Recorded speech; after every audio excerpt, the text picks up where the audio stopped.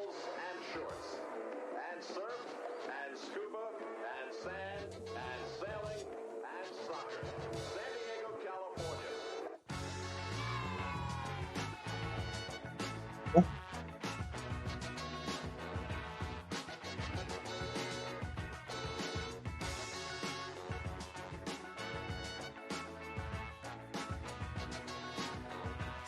Season's greetings and welcome to Two Balls and a Mic, episode 223 on a Monday with a special guest in studio, the great @Young the Ryan.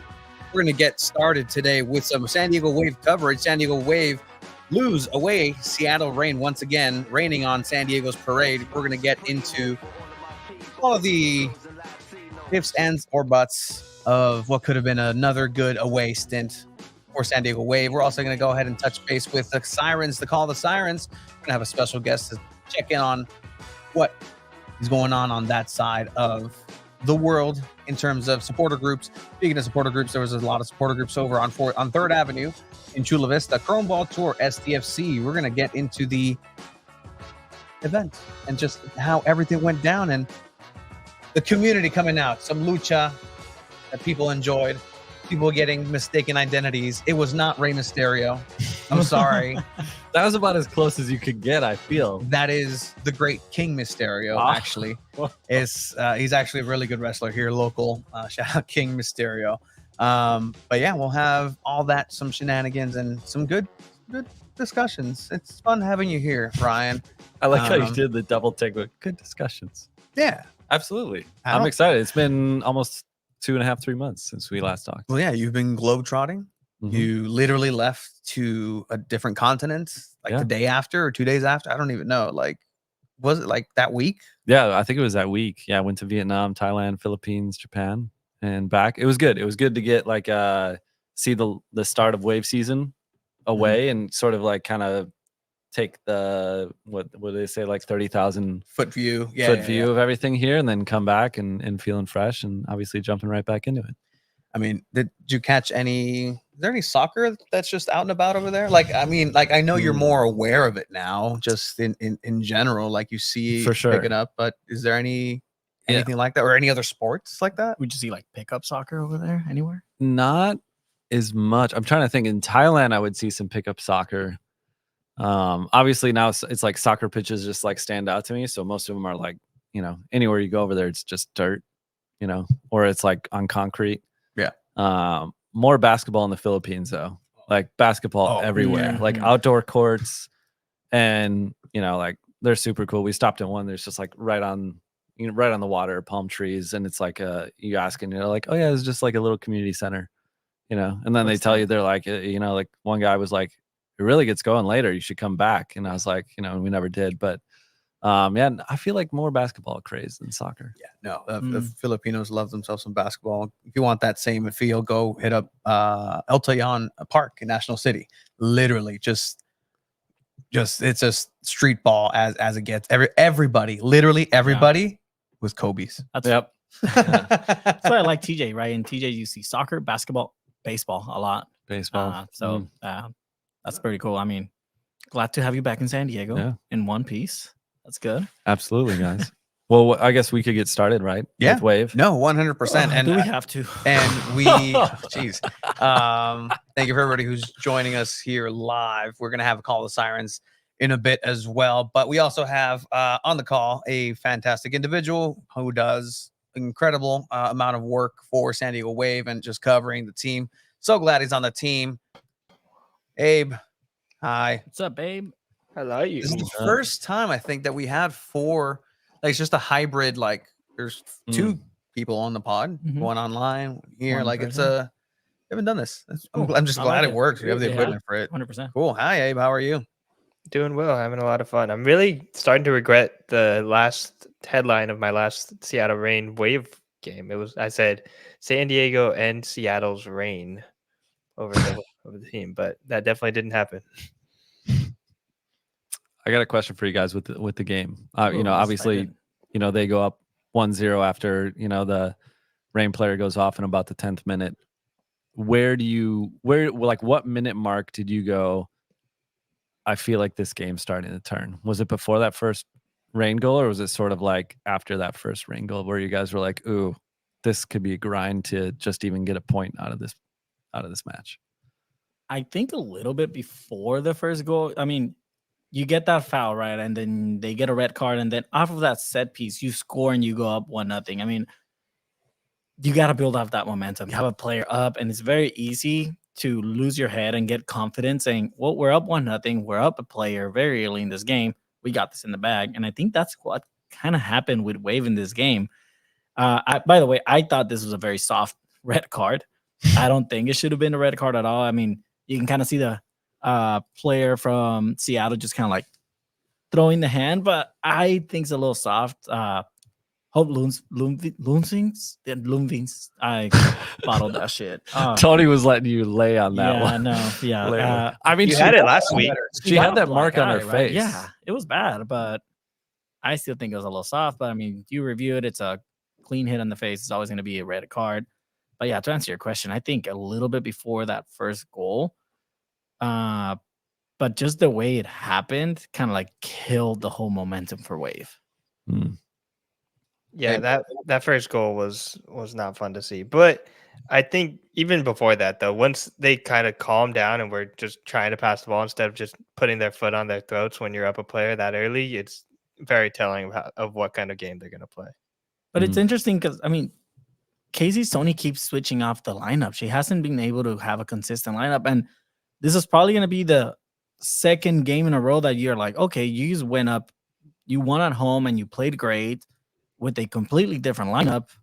Run that lineup again or tweak a little bit of things. You have to start Kristen Manek as center back because Naomi Girma got injured. So, I mean, Kimi had a great first game at Snapdragon, and then you think, okay, maybe she can start again and just play 45 minutes. I mean, by the end of that first half at Snapdragon, she looked gassed already. She's 16. And then you throw in Van Egmond. If you're up, play a little more defensive, you start Van Egmond again. I don't think she's been the same this season at all for Wave, what she used to be last season. And you start Elise Bennett. I thought Maya Jones had a great game at Snapdragon first. So you don't start her now. So you got to have consistency in the lineup. I get it. You got to have rotations. Your players are getting injured. You can kind of start panicking as a coach, but you got to still keep that consistency. You get players in the offseason to have depth in that back line, and it just goes to shit. Everyone's getting injured. You have to adapt. So I don't know what you guys think. I mean, injuries suck, especially so early in the season. But in a way, your players are going to end up coming back, and maybe they don't get hurt towards the end of the season when it matters. So I don't know what you guys think. The lineup, do you guys like it? Didn't like it? There's a lot to, give credit to in terms of like injuries, right? Like there's some adjustments that you're just going to have to do. But I think, and especially knowing what we know now and today, right? We know that these injuries may be a little bit more long-term than they may have seen before. Spoke to Casey Stoney today as far as like, is there any outlook? And it doesn't seem like there's any immediate outlook. So you already know what you're getting yourself into. You have some real-time minutes with some players that are proven to do really well. And to really not capitalize on that momentum that you had here at home is something that I think is a missed opportunity overall, because you had the confidence to go into it. Like it seemed like in that first half in the last game here at home that this Wave team were just world beaters. Like it didn't matter who was in front of them. Like they were going to win that match. I didn't get that sense at any point in this game. They got a red card early on. The goal that they got seemed a little bit, the goal that Wave got seemed a little bit, just happenstance. It was a lucky bounce, just ping pong bomb inside of the box. And you were fortunate there. But at no point did I think, okay, well, this is going to be a staple San Diego Wave win. They're going to run away with it. The attack is going to be relentless. Because sometimes that's what it is. Like you keep attacking, you keep doing what you think and you probably should be doing. And it's not enough. The goalkeeper's having a great night. The defense is stopping you, has every answer for every question you're throwing. But I think it's a lot of just self-inflicted wounds by San Diego Wave happening. And it's just a death by 1,000 cuts. And all those cuts are self-inflicted. I think one of the interesting things I saw going into this match was Kaylin Sheridan with the armband. Typically, I think some of the injuries that have happened, it's like typically that would, fall to Girma. Dahlkemper if Morgan's out.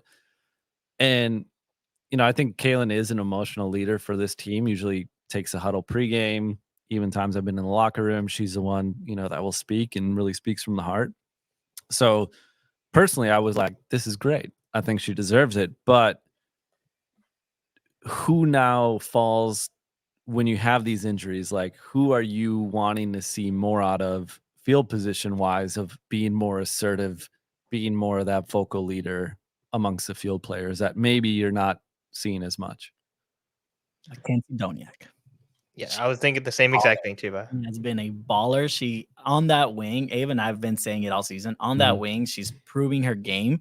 Like, she had a couple chances in this game where the finishing wasn't there, but I think by far she has been one of the best players this season for Wave. Like, she's very vocal. You can see that I think her game speaks for itself. Like, she kind of like walks the talk, right? So I think Doniak, we've seen her with the captain armband when she subbed on for Alex Morgan too. She kept it, and I asked Casey, "Hey, what was that all about?" She said, "I didn't even think about that. Like, it's whatever." I think I know, Tony, you're not a fan of goalkeepers wearing the captain armband, especially when you gotta talk. Just from a communication standpoint? No, I mean, part of it, right? Like, you're already by default the captain of the defense without the armband. That's your unit. Those are your people. Those are the ones that you rely on. Those are the ones that you move. You're the only player on the field that has a view of everything that's happening. And so you have that maneuverability to do that. But when something happens on the other side of the pitch, you need that captain to stand up for your team. You need that vocal leader to be able to run down, speak to the referee, say, "Hey, that was a red card. That was a yellow card," like backing up your teammates. Part of the reason why I don't like that is because then you lose that on the outside, with the outside players, on the field players. Sure, Sheridan's already got that, but I think, and this is personal preference, and I'm incredibly biased because this is my favorite player on the squad so far, is McCaskill. She brings an intensity every match and every game that I think is leading by example. But is she really being positive in utilizing that to channel it with her teammates in a way to rally the whole team together, right? Like, she'll have individual skills, individual plays. She's hard-nosed, just pitbull mentality, intense. It's Kurt Angle, integrity, intensity, and intelligence. Boom, all in one. But I think that's somebody who can definitely step into that role already, and she's proven to be just a multi-functional player on defense, on offense. She has everything. She's a full package, and I think that's somebody who can definitely be looked at, especially when you're looking at who's on the injured list, who's not being able to step up. I honestly think, and I know Casey doesn't necessarily put a lot of stock onto the captain's armband, because she'll give captain's armband of like, "Oh, last year, right? Poe, she deserved it 100%." And then she would give it to somebody else the next week. And I think that rotation of the captain's armband is great morale booster, because again, you have many leaders on a team, but at the end of the day, you still need you still need that one person, that anchor that's going to go ahead and be that fall person and be able to yell a couple more obscenities to the referee or to the opposing team. And I don't see that with Wave right now. Well, I think really quick, I think Casey mentioned it, that Alex Morgan has been that vocal leader for the team that they all kind of look up to. And Alex Morgan is definitely not afraid to yell at a ref. And they severely locked in this game. And there was 10 yellow cards the most in any NWSL match ever, which is like insane. And you really, like, you have to have a player on the pitch, on the field at least, that can go up to a ref and give them some business about that. Because like some of them were a little soft, but I think to even just calm your own team down to stop it from being such like a chippy game like that. And then what happens when? I mean, you do have that leader. It's Alex Morgan, but she's hurt. Then you have Dahlkemper, but she's hurt. Then you have Naomi Girma, but now she's hurt too. So now, if you're the coach, if you're Casey Stoney, you find yourself in a spot where you're like, well, who is my next leader? I lost my 3 back-to-back leaders. Now who's next? So that's why you have that rotation. I mean, I know last season she kind of kept rotating too, but she's had to deal with injuries pretty much every season, and it's kind of crazy that it's happening. But again, you have to adapt. This is soccer. It happens to every single team out there. Another thing that about goalkeepers and that captain armband, right? Like and it happened in this match actually, is if there's a moment where a goalkeeper commits an error, it's usually a fatal error. It usually leads into a goal. And then that means that that person, that goalkeeper, is then mentally not necessarily in the best place to be able to rally everybody else, because honestly, after that, you have to rally yourself to begin with. And already that is already something that's weighing in your mind throughout the entire match, like it or not. If you make an error and it's not a goal, phew, but you still have that in the back of your mind. It's an error, it's a goal, just like it happened here with Sheridan. That has to definitely weigh on you. And I think that's kind of the malaise that just took over Wave of, like if Sheridan, our best player right now, commits an error like that, how are we going to be better than that? There's not that person to rally those individuals, right? Let Sheridan handle herself. Let the captain outside rally the outside players and take care of each other. But it's that balance and not being able to have a set player outside really hurts a team, in my opinion. Yeah. I want to ask you all about, y'all sort of mentioned her already, McCaskill. I feel when I talk to fans, when you look at stuff, she seems to have this very lightning rod kind of reaction with people. Like either people really love her or people are like, she's not my cup of tea. And I talked to her actually at the Border View YMCA opening, and I forgot what match they were coming off of. It was the 2-1 win. The 2-1. Yeah, started. And I think it was a road match too that I saw her before the training or after a road match, and I said, man, like I appreciate like the effort would just like jumps off to me. But then I talk to some fans and they're like, yeah, well, she's not like, wish she had better vision, and it's like we could wish a lot of things on literally anybody, like however good they are, but like how do you see her impact so far, and where do you think it can go once some of these other pieces come back from injury? I unfortunately think, and this is the way things just happen, right? There's going to be a point where McCaskill is going to settle in. She's going to be at her season prime, do the best. And then the players are going to start coming back healthy. And at that point, it's either she's going to get hurt or she's not going to be able to bring the other players to adapt to her, because now you're going to have a full strength Shaw, full strength Morgan, being able to create and being those outlets that you're not necessarily going to look towards McCaskill. And something I've noticed with Wave, the NWSL, is that usually like if there's 1, 2, 3 players that are doing very well, you can bet that 90% of the attack is going to just have to go through those players, not just in a game, but throughout. It's the Sheridan, Korniak, Morgan. It's boom, boom, boom. It worked once. It probably worked twice. It did. Let's keep trying that out. If that doesn't work, what are we going to do? How are we going to adapt? And I think that's something that Wave have struggled with, and I'm not necessarily sure if that's a coaching aspect where it's a matter of adapting to the circumstances and the players that then you have left. We were talking with Casey Stoney again at the post match, and she was like, man, I hope I have that headache of having to decide who am I going to play out there. But it becomes a different headache when you have to measure where everybody's at in stamina, where everybody's at with their fitness and just in general chemistry. Because again, McCaskill can develop in her own way, but then you put different pieces around her. Well, she doesn't need those pieces, or she doesn't know how to set them up to be successful. And then you're going to have Morgan struggling. You're going to have other people struggling, Sophia struggling. And it's just one of those things where I see that happening, unfortunately. But if McCaskill can somehow be that energizer, she's the powerhouse. She can definitely be the mitochondria of this team, and push through. I think she can be an important member and really push this team to potentially try to go back to back on the supporters shield, because again, it's very early. It's super early. If there's any time to have these injuries or to have some sort of breakdown, it's now. It's not necessarily later when you're trying to fight for a playoff spot, or depending how those standings are, because I think we're talking about a little bit off camera. This league is more competitive this year across the board.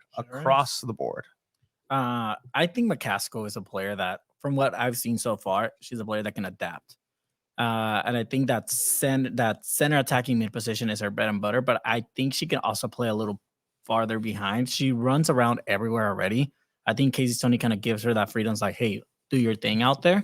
And I think for players to get that trust from their coach, it's a huge morale boost, right? How far back are you talking? Like even the 6? No. I think Calabrico kind of has the 6 solidified. I think she can play more of just a solid center mid because we've seen her defending, we've seen her attacking, we've seen her everywhere in that midfield. So I think when everyone's healthy and at 100%, like Wave has such a strong lineup, right? I think ideally, if I ask you guys, what's San Diego's Wave? Like injuries are gone, everyone's top form. What is San Diego Wave's starting 11? I think we can Sheridan on goal. Lundqvist. Did I say that right, Abe? A little bit.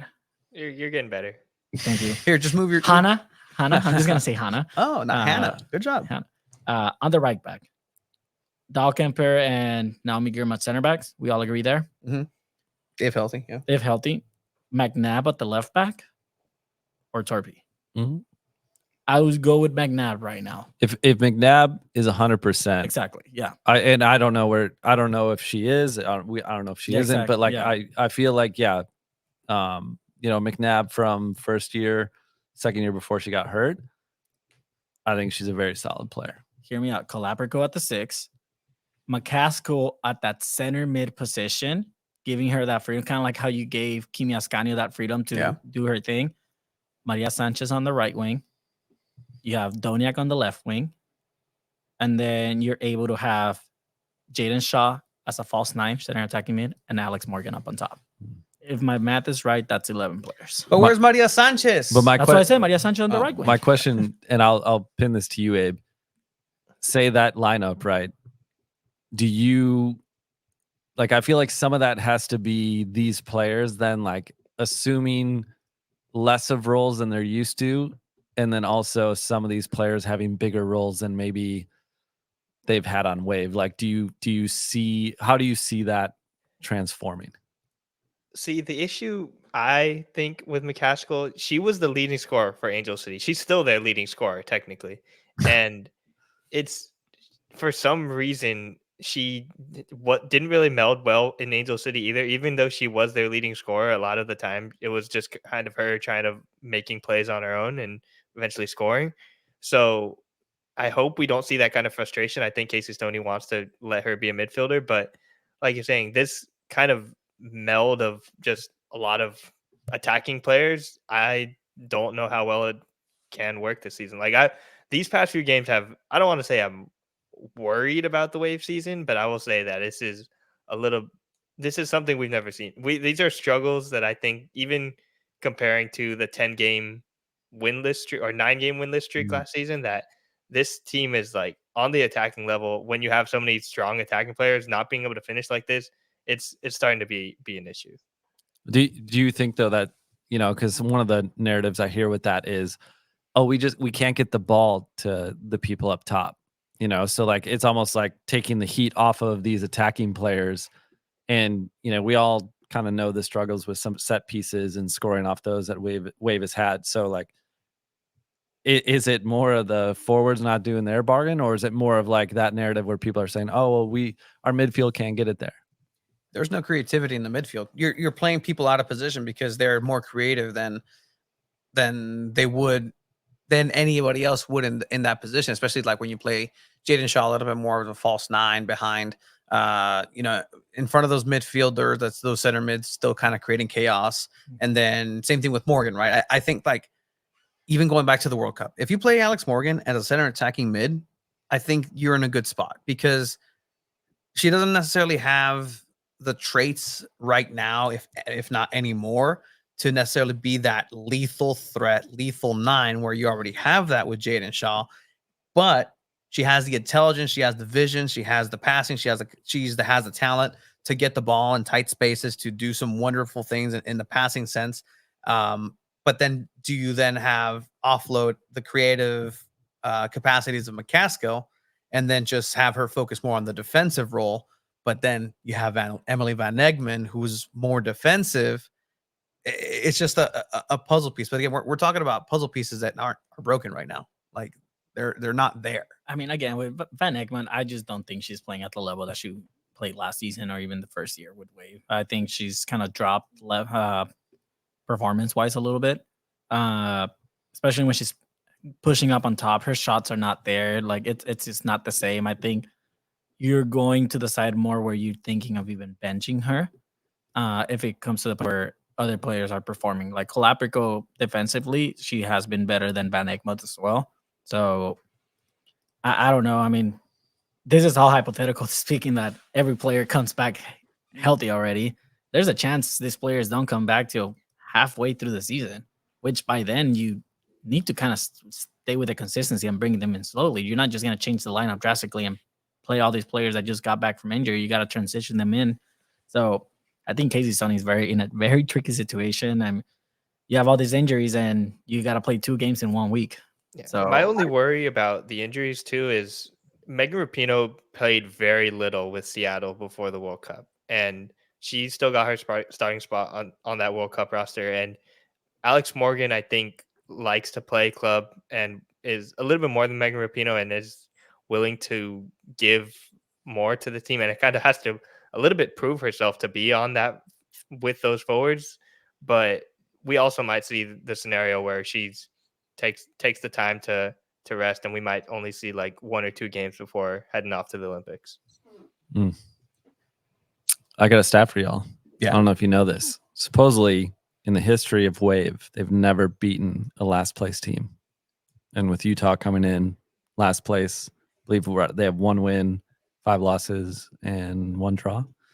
Yeah. But yeah, somebody told me that stat at Fair Play after the loss to the Rain. And I was like, well, way to bring another rain cloud to this situation. But and I know we talked about this a little bit going into this match. You would have to think Kaylee Reel and Madison Bogart, who both played for Wave and now are on Utah, know exactly how they're going to want to how Wave's going to want to defend Utah. I haven't seen a lot of Utah. I don't know what their attacking kind of situation looks like, but for y'all, I guess, like, what's the concern level going into this match for getting 3 points? It's definitely a trap game. It's poised to be a San Diego Wave loss. And again, I think it's depending on how it happens. Because if you play against an inspired team, there's nothing really you can do in that sense, because any given day, any given Sunday, any given whatever, any team can beat anybody in this league, especially having, elements that not necessarily a revenge game like the Flint Corniak game. But it's still, knowing the ins and outs of that, it's Poe, wasn't necessarily a team 1 player, but she became an incredibly important team, part of the team for Casey. And so she knows exactly how this team is structured.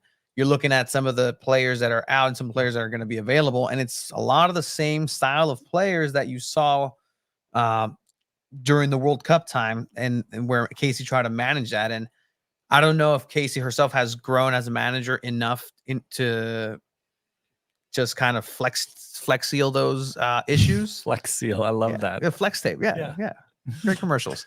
But at the end of the day, like, everybody knows what the weaknesses are, because weaknesses can be presented on the offensive side. That just means you're not scoring.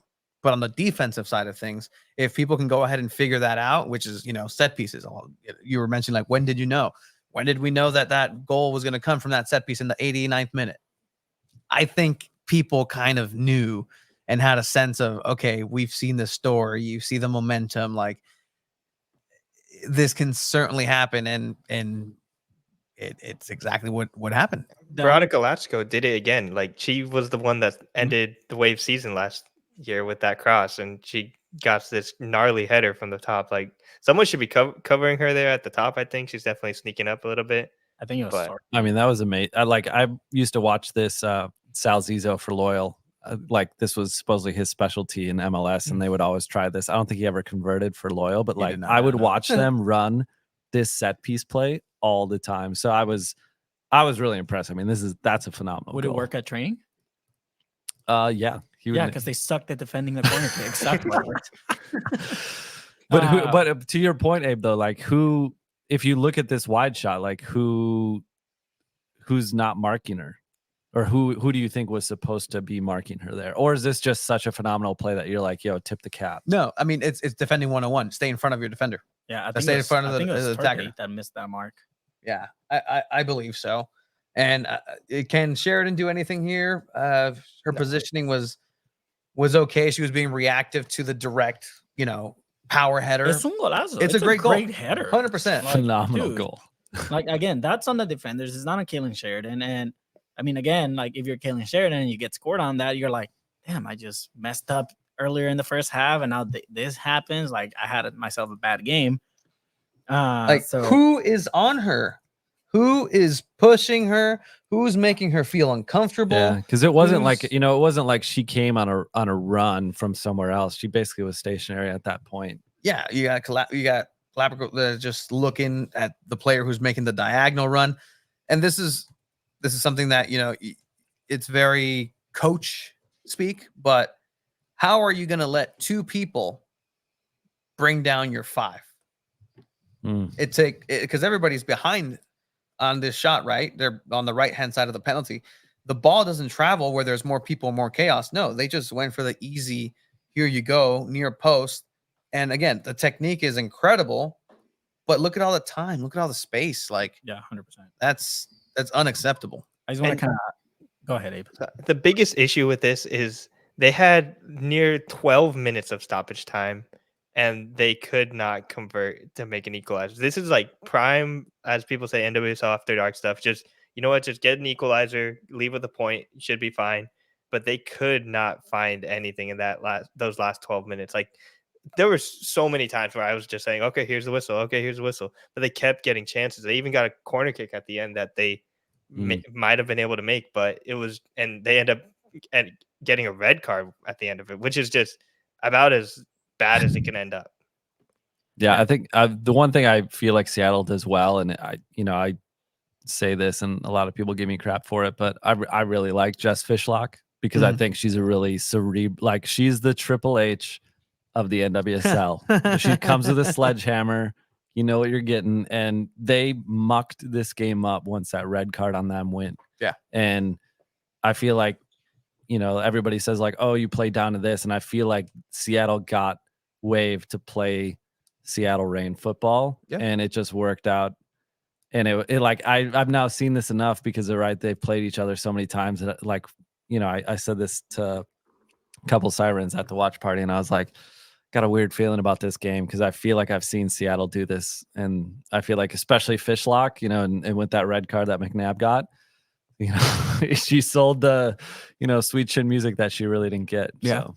I wanted to touch back on what you said about like Wave not being able to be the last place team, and it is Utah, right? That's a stat. I didn't say they couldn't. It's a stat. I think the only difference maker here is going to be that they're playing at home, and I think Snapdragon, and when they get a good crowd, it is intimidating to play at that stadium against Wave. I think Wave does kind of get a confidence boost. Yeah. And Utah coming in, being a new team in the season, I think that might play a factor against them. That could definitely benefit for San Diego Wave. And it's a Wednesday game, so let's see what the attendance is, right? It could be 10,000. Sure. 10,000 at Snapdragon. We've seen it. It's not a big difference maker as to 19,000. They do average that's 16 to 19,000 even on weekdays. Yeah. Although comparatively, I was watching a Chicago Red Star game and another Wednesday game, and attendance doesn't seem to be strong across the league, but I would agree. Like usually Wave gets no less than, I feel like 10,000 in on a Wednesday night. 100%. So I feel like even if it is less than what you get on the weekend, I think it is gonna be a big factor on Wednesday. So I mean, and then looking at goal, I mean, Utah is a team that's not a scoring machine. Same thing with Wave, right? Both 5 goals, but the only thing that defense for Utah is not as strong as Wave. But again, these injuries are going to play a big thing. We're gonna see probably Sierra Angie getting her first start this season. You've fought so hard in the offseason to keep her and bring her back. She was gonna go to this Utah team, I think, right? Yeah. No, Bay. Okay.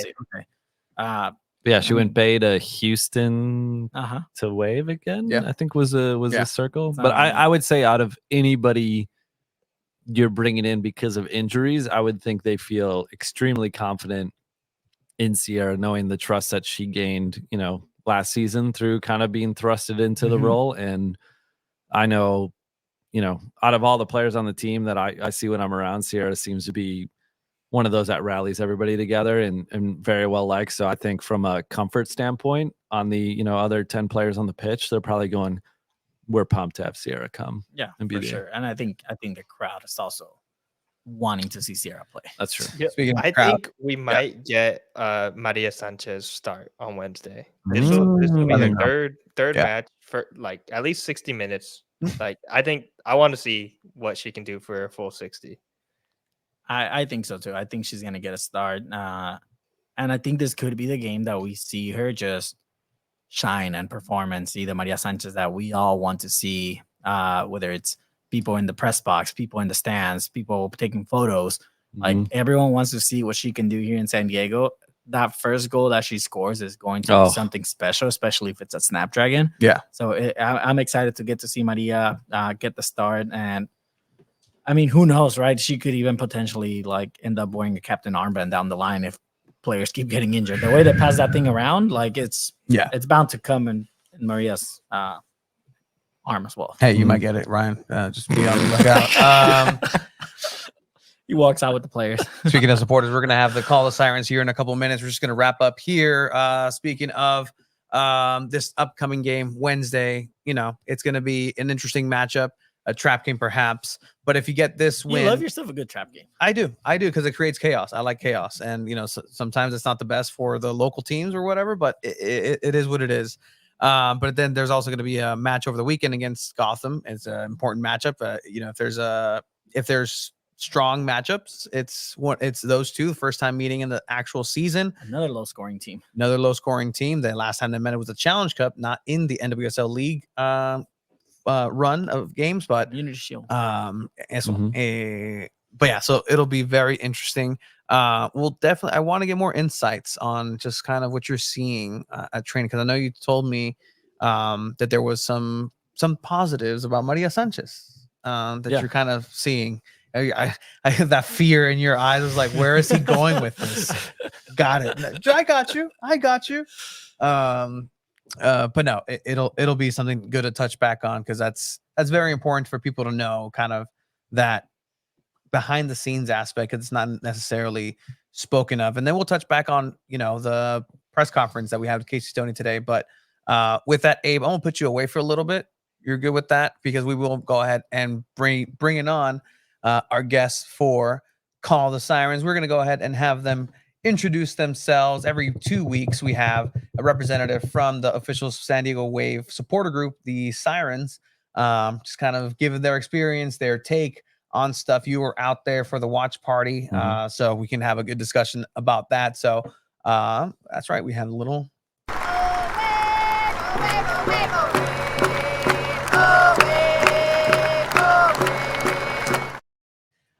We're going to go ahead and bring on the call. Go ahead and introduce yourself, Sean. I'm Sean Drusik. I'm the spirit coordinator for the San Diego Sirens. El espíritu de los Sirens, de las sirenas, de los sirenos. Welcome on to San Diego Punto Football, 2 balls and a mic. Unfortunately, you were listening to a lot of not necessarily positive, not necessarily negative, just the reality of San Diego Wave in this last match. Do you have any thoughts on what you saw over at Fair Play on those screens?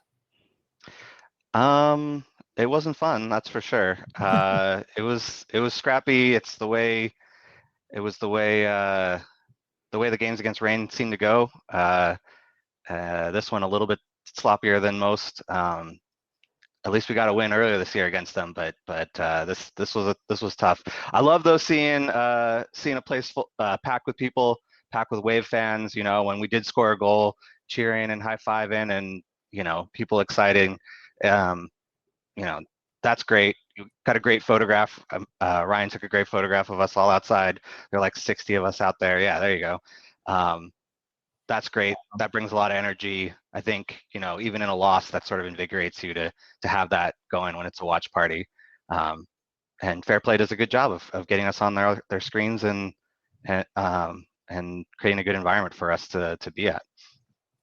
Absolutely. No, I remember, talking with you a little bit, and then I was talking with a couple others, and I feel like this environment sort of has been there from the start in terms of, I was talking with Mackenzie Doniak and Kennedy Wesley today, because we did a little merchandise photo shoot, and I was telling them about the environment the Sirens have all created there. And I said, it's not like they're just showing up and everybody's just there. I was like, everybody's like hanging on every touch, or like if you know you get a couple good passes, you get the oohs, the ahs. I know maybe the last 2 watch parties have not been the most pleasant complete viewing experience, but I know, Sean, I was talking to you a little bit during this match, and you were saying in terms of, you know, some of the vision that you were hoping the players to see or finding the open pockets, and I feel like you do a really good job of kind of detailing the like true soccer stuff. So I almost want you just to like sort of dive into that and be like, hey, I like, while I was watching this match, I wanted to see them do this, or I feel like they weren't getting to this point and they can get there if they, you know, like, do you feel like it's just a continuity thing because there's so many new players, or is it like you just want to see them open it up more in terms of their playing style? Yeah, a little bit of new players, a little bit of just they haven't played as much with this team together, maybe. I don't know. The teams had a hard time breaking the press. Like they get trapped in the back and they can't get out of it. That was a big problem against Orlando. It was kind of a problem against Louisville. And you would have thought when they went up a player that they could get out of the back and they could start to build and be able to at least put shots on frame. But they still had trouble. Rain, to their credit, was like still pressing them, even down a player. They just kept pushing them and made Wave uncomfortable. And there were open players at times, and there was open space, and they had to take that, and they never really adjusted. Like I could understand in the first half where it's like, oh, Rain's is not gonna absorb pressure. They're still gonna put the pressure on. That they would have had to go into halftime and adjust and get some instruction and be like, okay, when this happens, you got to do this, or we got to go long, or bring in Ali and go over the top, or something like that. Like, but it didn't happen until maybe like the last 10 minutes or so, and by then it was a little too late. So it was frustrating, but I don't know. I've tried not to think about it too much. I try to put that behind it. We got 2 games coming up real fast, and I just want to like put that loss behind and think I'm going to bring energy on Wednesday. I'm going to bring energy on Sunday, and so should the rest of the Cove, because we need wins. And the best thing we can do right now as the supporter section is to support them in those 2 games. You know, we're talking a little bit on the field stuff and what the players can do, and you touched on it a little bit. And Sean, you can give us a better idea, or just a more educated just opinion on it, right? Do you think Wave have that strong of a home field advantage? And if so, like, what's the key to that? You'd being, you know, in charge of the spirit, literally in that area, and being the loudest group in the stadium. That, you know, sometimes it's cavernous with 35,000 seats, but still that section is always going. It's always pumping. Do you think that there's a real home field advantage, and what's the key to that? I mean, I think almost all of soccer has a home field advantage, but I've definitely, when it's packed. I mean, I've heard feedback from players. I think when a couple of the players first got here last year that had played on Chicago, and they played in the playoff game against Wave, that some of their comments were, I didn't want to play in that environment, like, or I wanted to, but I wanted to be on the other side. I wanted the fans that were screaming for me. So, and you know, you get that from the big environment, but then, you know, just like but then when we might have to scale down to other games, or maybe like I don't know what the attendance is going to be Wednesday. You know, I think the supporter section can be heard, and I think those players need that when they're not feeling it. You know, when you know somebody's been hurt, or they've had, you know, somebody flopping around on the field like Fishlock was, or whatever, after every single little touch, then, you know, and they're frustrated, but they hear the fans trying to root them on, or they hear us after, you know, they've given up a tough play. Maybe it was a goal, hopefully not a goal. We're pretty good at keeping out goals at home, but, you know, that they hear us and they know they have something to play for. You know, they have a reason to get motivated to keep going. You know, sometimes you need just a little bit of that. And sirens are always there, banging drums, chanting, making sure that those players can hear what we're doing. And I know they hear us on the field. And they've even told us, like, when there's been an injury or there's something where play stops, if they hear us chanting, it can get them fired up again. You know, in the same way you and I in everyday life or whatever, it's like it's a slog if you don't have something that fires you up, and you got to have something that gets you that spark. You know, they can't just like turn on their AirPods and like play their favorite song. You know, we gotta be their favorite song to get them pumped at that moment. It's the bubbles. The bubbles, yeah, I love the bubbles. Bubbles are phenomenal. I think one of the favorite things that I've seen, especially I think the sirens help create, is there's been a couple, like, again, I I think Wave overall, if you would stack up their home record, is probably pretty solid. But there's been a couple games where, they go down a goal and it's early, and like that dead air will hit, but then it's like you guys come in and it's even like a round of applause that then goes around the whole stadium or something, and like the positivity. And I think that's what I've enjoyed just seeing, of just like a spectator of it, is just even in those lower moments, you guys still have the wherewithal to be like, hey, we're gonna lift this back up and it's okay. And I think it really has a huge effect, because you not only hear the players talk about it, it's a consistency that they talk about it. I think too, Casey always talks about it. So I guess, who is the rallying person within Sirens that's like, really, is it a group of you? Is it one of you that like really kind of just make sure you guys stay on top of those moments where you can really change the tide? Yeah, I mean, whoever's the chant leader, like, it's sort of part of our chant culture. Some supporter sections want to go like a full 90 and have a set list or whatever, and just keep going. But we've always been we've always encouraged our chant leaders and our drummers to like find a moment, whether it's a corner kick or whether it's the players need, some help from getting picked back up again, that we sort of encourage either the drum leaders or the chant leaders to figure out those times where certain chants are needed, or certain things that bring more energy are needed. So, it'll probably be a little bit of me on Wednesday. It's been me in the past. And I'll definitely be looking for those when it's a corner kick, when it's a free kick. If it's a chance for Bombi to get her first direct kick goal, then we'll be chanting hard for that moment. And if it's where they need a big pick me up, then we'll have Dear SD Wave going, because that's our song we play when we want. It sounds like a fun song, but we do that for a reason. Like, it's fun, but it's because we want to change the tempo of the game.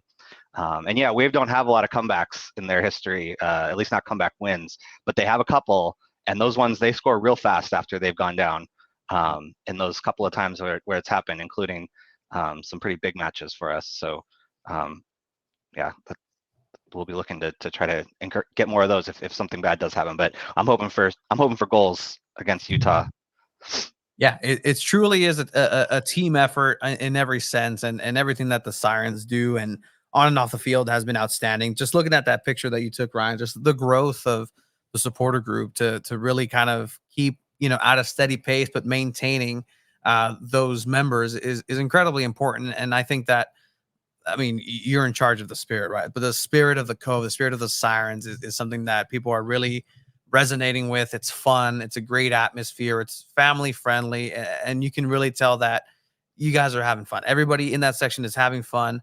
And at the end of the day, that's all it really matters, right? It's a silly game. It's better when Wave wins and your team ends up victorious. But ultimately, it's just a commending thought for the Sirens and everything that they've done.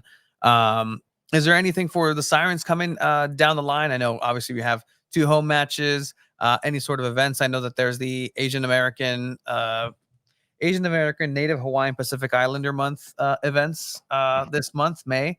You guys highlighted some of those festivals happening around town. But is there anything else San Diego Siren specific? Not particularly. I mean, we're focused on these next 2 home games. They come real fast for us. So I think the second one is Wave's official. I can't say the whole name, but the Asian Pacific Islanders, Indian American, Native Hawaiian Pacific Islander. Yeah, they'll be celebrating that one, and we'll do all we can to support that and any efforts they want to do there. Then it's after those 2, it's back on the road again. I mean, I'm going up to San Jose. I encourage anybody else to go to San Jose as well on the 17th. I think it's a Friday game, I know, but there's still tickets in our supporter section. We're going to bring up the drum. We're going to bring up some flags. It's going to be exciting. I know there's going to be. It's our first chance to like show our presence there. And then we don't have another home game after that till games you'll be at, because they go to Bay FC and then it's Angel City after that, right? Yeah, I'll go to Angel City. I'm going to Angel City. Well, I think we got a couple buses going up to Angel City for that one. That's a Thursday. We sold out what Angel City gave us as our allocation for supporter section. Not that they give us a ton, but they do that. So back-to-back away games where people are traveling. So that's gonna be super exciting. I love that the last year we did that last year. We had drums for that. We had flags. I think we got a bubble machine in there that got snuck in, or not snuck in, but got in there just the last minute. And yeah, it was fun. That was like Sophia Jakobsen's birthday. It was a game we won. I remember that game. I want to see that again. That was a good win. Yeah, no, I mean, I think bubbles are more harmless than latex balloons. The Angel City support. Yeah, I got to confiscate those.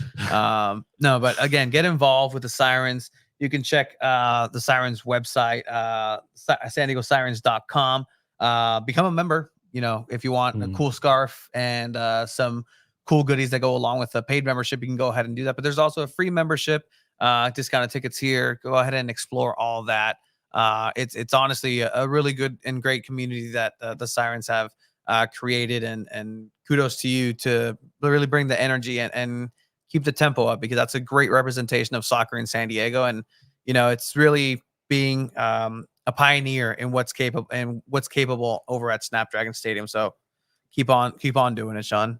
All right, thanks, man. Perfect. Thank you, Sean. Good to talk to you, Sean. Have a good one. Perfect. That was, you have it? You want to click it? You want to click it? That was.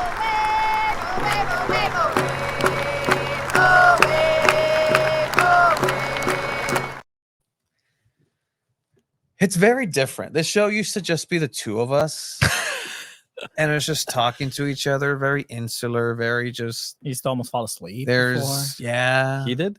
No, him. Me. Oh, really? Because of the 400 poundage. Yeah, I thing wouldn't get earlier. enough oxygen in here. Like so it was pretty bad. I would doze Like, off. It was unhealthy. Very unhealthy. Says the most unhealthy person here now. But no, it's a really great. I mean, Abe's up there. Abe told us he was 125 pounds at one point. So Is that true, Abe? You're coming on camera, so get ready.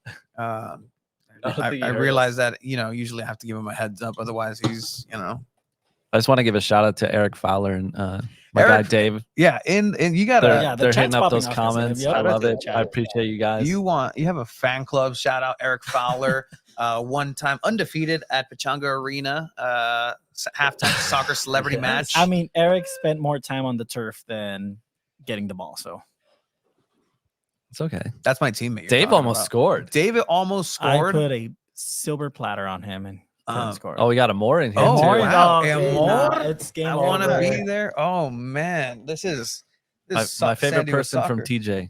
Amor. I'm not from TJ. Where are you from? LA. Oh, gross, gross. No, I'm from the community, but I wear my Dodgers. Yeah, you got called out. He's because on this Chrome Ball tour video that Yeah, we someone called me posted, out. they were like, "Oh, Chula says he's from the community, but he walks around in Dodger gear." I'm like, Sorry, I damn. like the team my dead grandparents. Are you going Love to the games Wow. this weekend? The Dodger Padre games this he's weekend? not a fan. No, it's Mother's Day weekend, and I'm going to Rosarito not. for Mother's Day. Is Sounds it good. Mother's Day for you guys too? America? Yeah, It's the yeah, 12th. absolutely. The 12th Okay. to Sunday is 12th. Mother's Day. Because yours guys is Ours is Friday. but Theirs yours is the 12th. yeah, but Sunday. your guys is like a day thing. Like it's always on the same day. Like Thanksgiving is on a Thursday. Mother's Day is always on a Sunday. Sunday. Yeah, it's Yeah. Ours is easier. It's just the 10th. Yeah, the 10th. Can't fuck it up. Yours is the second Sunday of May, right? Yeah. That's I too like that. complicated. Where are you getting your mom? I don't know. I haven't seen her since February. Good. Yeah, I don't know. I'm good I went for flowers. C's Candy. Oh. So we just went the other day and picked out the chocolates. Nice. First time I've Nice. ever been there.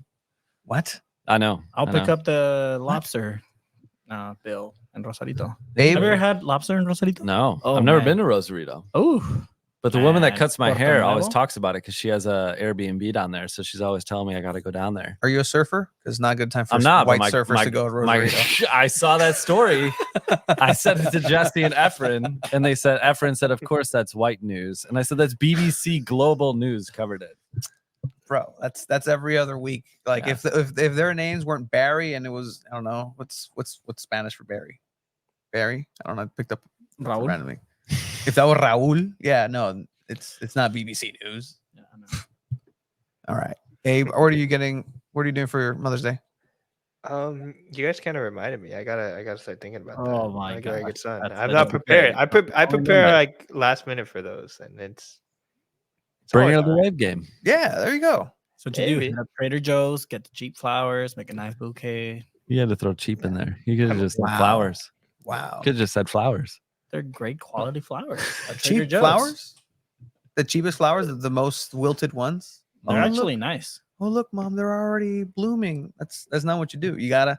Do you know how to pick flowers? I just I buy don't them. think so. I don't think so. You just buy them. Yeah. I have a flower guy, so I'll let you know. I legitimately have I a have flower a guy. flower. Jordan Chavez is dead. Jordan Chavez. Do you mean Eastlake Soccer League UPSL legend, currently leading the team in scoring? Jordan Chavez. For Fuego? No. Ciso with Fuego? No. No, he's UPSL. He's Eastlake UPSL FC. He's San down. Diego. He's down here now. Yeah. At UPSL. Oh, hell yeah. yeah. Yeah.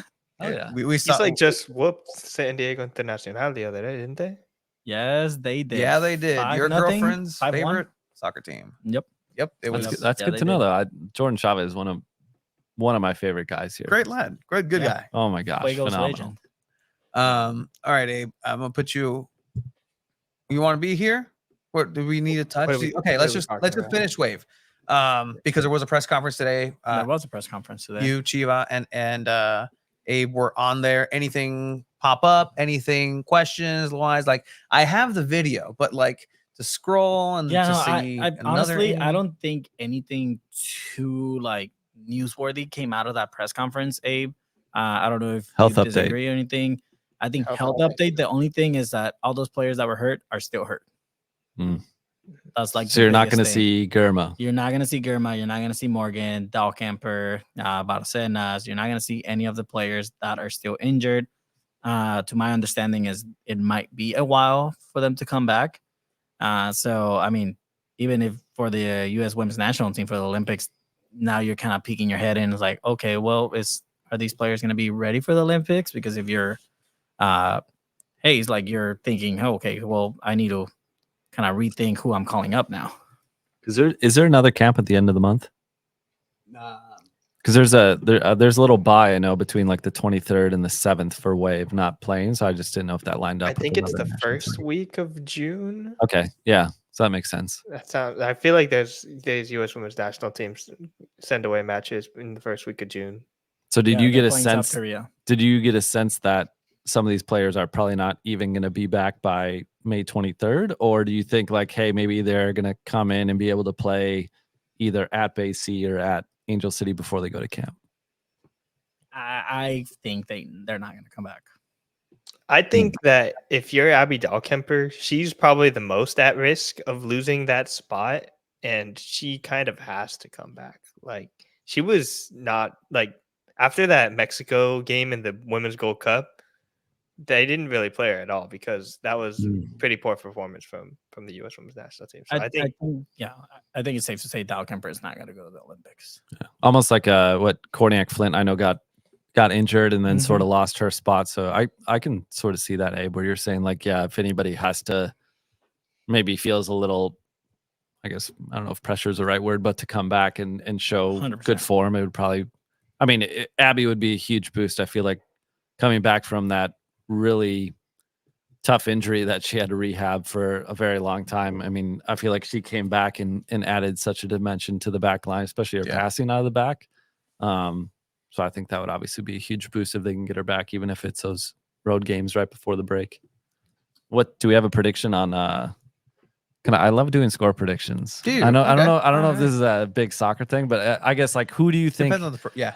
Okay. I love predictions. I want to hear you guys say who has the most to prove on Wednesday, and who do you think has the biggest impact on Wednesday? Whoa. I mean, it depends if Maria Sanchez starts, right? Because if Maria Sanchez, I feel like she has the most to prove. Like, I think she still needs to buy in and just win Casey over. So I think Maria Sanchez has the most to prove, especially if she gets that start. But I mean, I think Mackenzie Doniak should be taking it away. I think like all eyes are on Mackenzie Doniak right now. I think she is the best player in the team. So I mean, I'm very excited to see both of them. Let's see. I would say Savannah McCaskill has the most to prove for this match. I mean, as a midfielder, she hasn't scored yet. She can score. I think maybe this is the opportunity here to kind of prove to us that she can meld well with this front line and trying to get a goal. So that's what I would vote for. Is it her job to score though? I don't think so, but she can, and can. with her, She built up great play. yeah, but Leads to goals. with her ability to create space and be that special player, and knowing that she's like a midfielder that can score, leading scorer at Angel City for a reason, right? Like she creates her own fortune in that sense, and I think she needs to capitalize on that. And if that just means one of two things, it's either she takes more shots when she has those windows of time, or she has to rely on getting a pass off, or getting a pass returned to her from somebody else, right? But then you're kind of depending on another person to reflect and have that same idea that you have. But usually when you're kind of in that solo mindset, you're thinking of that solo mindset. It's either one or the other. You're either going to go ahead and drive and be that focal point and try to score on your own, or you're going to just rely on somebody else. It's like a gear. Like you can't necessarily be on both gears at once. Some players usually switch very quickly, but I think if she kind of gets in that goal scoring mentality, the other aspects of her game might falter. And so that's when Casey needs to be ready to supplement that in some way and have the rest of the team step up to help the creative McCaskill to come out. Score prediction, I got 2-1 Wave. 2-0. Wave. Yeah. That's a clean sheet. There's a clean sheet coming up. I can see a 1-0 win for Wave, like maybe an early goal, and then it just kind of goes back and forth. But I think Wave take it 1-0. I think they get the clean sheet as well. Yeah, and I mean Gotham's also on Sunday too. So if you guys want to predict what happens in that game, because Gotham are kind of the same spot in the standings as the Wave. They've had similar issues with U.S. Women's National Team players. They have a lot more than the Wave do, but they've been kind of slowly cycling them in. I think Crystal Dunn came on in the 80th minute for Gotham, which just seems like a crazy thing when you have Crystal Dunn on your team. Yeah. So I don't know about you guys, but what do you guys think for Gotham this weekend? I feel like, right, they were the team that won the offseason, that were making all the headlines, right? Yeah. They were getting the names. I found it very interesting that Dunn, left Portland to go there, but I think there's some connection out on the East Coast for her, so maybe it made sense. But yeah, I watched them play. I forget who it was the other week, but for a team that maybe has that star power, and maybe you could say the same thing right about Wave because of the injuries. Like they're not playing to that perceived star power right now. But I'm curious to see, because I missed that Challenge Cup game at the beginning of the year. I'm wondering if that mix of players that played in that match, if this match is going to sort of equal what that experience was, or you guys feel like this is going to be very different? I think it's a clean slate. Like I think that tournament cup challenge cup is just so isolated that everybody's kind of moved on and prepared because it's not part of the new season, right? It's almost like an exhibition game, an extra exhibition game with a trophy at the end, and you could say you have silverware, right? So I don't think it's necessarily something that Gotham's keeping in the back of their mind, like, oh, we got to get them back, we got to do this. It's not like they've lost during the season that's impacted them for their potential to move into the playoffs this current year. So that doesn't mean that there's not going to be players that are going to play a little bit more intensely and want to get that one back overall. But Gotham is a middle of the road team. It's as basic as it gets. -1 goal differential. They're not scoring a lot. They're not getting a lot of goals scored on. They're not necessarily exciting team in any sense of the word. But losing Midge obviously crushed them because their attack was built with her in mind. Exactly. And so you got to then adapt. If you have a whole team revolving around a majority of one player, you have to be able to maneuver some other way. And it takes growing pains to do that. It's a matter of real-time minutes. You can train all you want for it, but when it comes to the real game, how well is your team going to adapt when the game starts? 100%. I think, I mean, take away the stars, and I think Wave has a better team than Gotham. So I think I can see Wave pulling off a back-to-back win, but the way they're playing, it's hard to predict that, right? I can see them maybe tying this game just because they're playing at home, and we just talked about that environment, that Snapdragon, but I don't want to say, oh, they pull off 2 back-to-back wins. I hope it happens because it'd be great for the team, but I think they get a tie against Gotham, if anything. And I think it might be another low-scoring match. I mean, great. 3-3 match, cool. Low-scoring teams, and we get 6 goals in a game. Like, that's awesome. But I'm more excited about Wednesday's games than I am for Sunday's game. Yeah. I think both are Huge. they're like nobody. I hate the word must win, but like they're not going to be at home again till June 7th after this stretch. Yeah. And I think just for the momentum of the fan base and kind of washing out the taste of the road match in Orlando, the road match in Seattle, knowing that they're going to go to Bay and Angel City, which are huge matches, really. I think it'd be great to bank 6 points. Obviously that's easy to say, but I think having 2 home matches after what happened in Seattle is, to me, the perfect recipe to get to 6 points. I'd probably be a little more fearful if they were back on the road, especially if they had to travel out of state. But I think the great thing of these next 4 matches is you're not traveling out of state. It's short travel.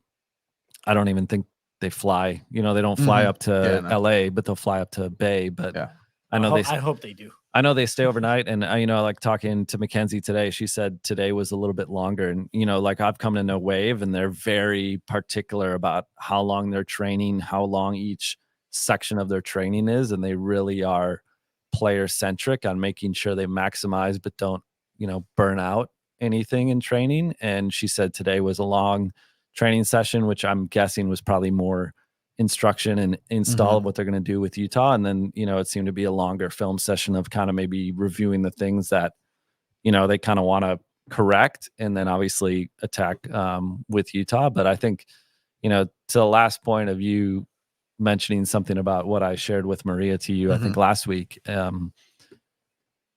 she was the first field player out to training when I was there late last week. And it just stuck out to me because, like usually you have a lot of the younger players being the first ones out, they'll carry the water bottles and everything. And, like to her credit, like Sierra Engie is like usually always that player, but I thought it was very interesting. And I even told it to Maria and maybe it caught her off guard. She just kind of looked at me like, yeah, like we're training today, but I was like, like, wow, you're like the first one out here.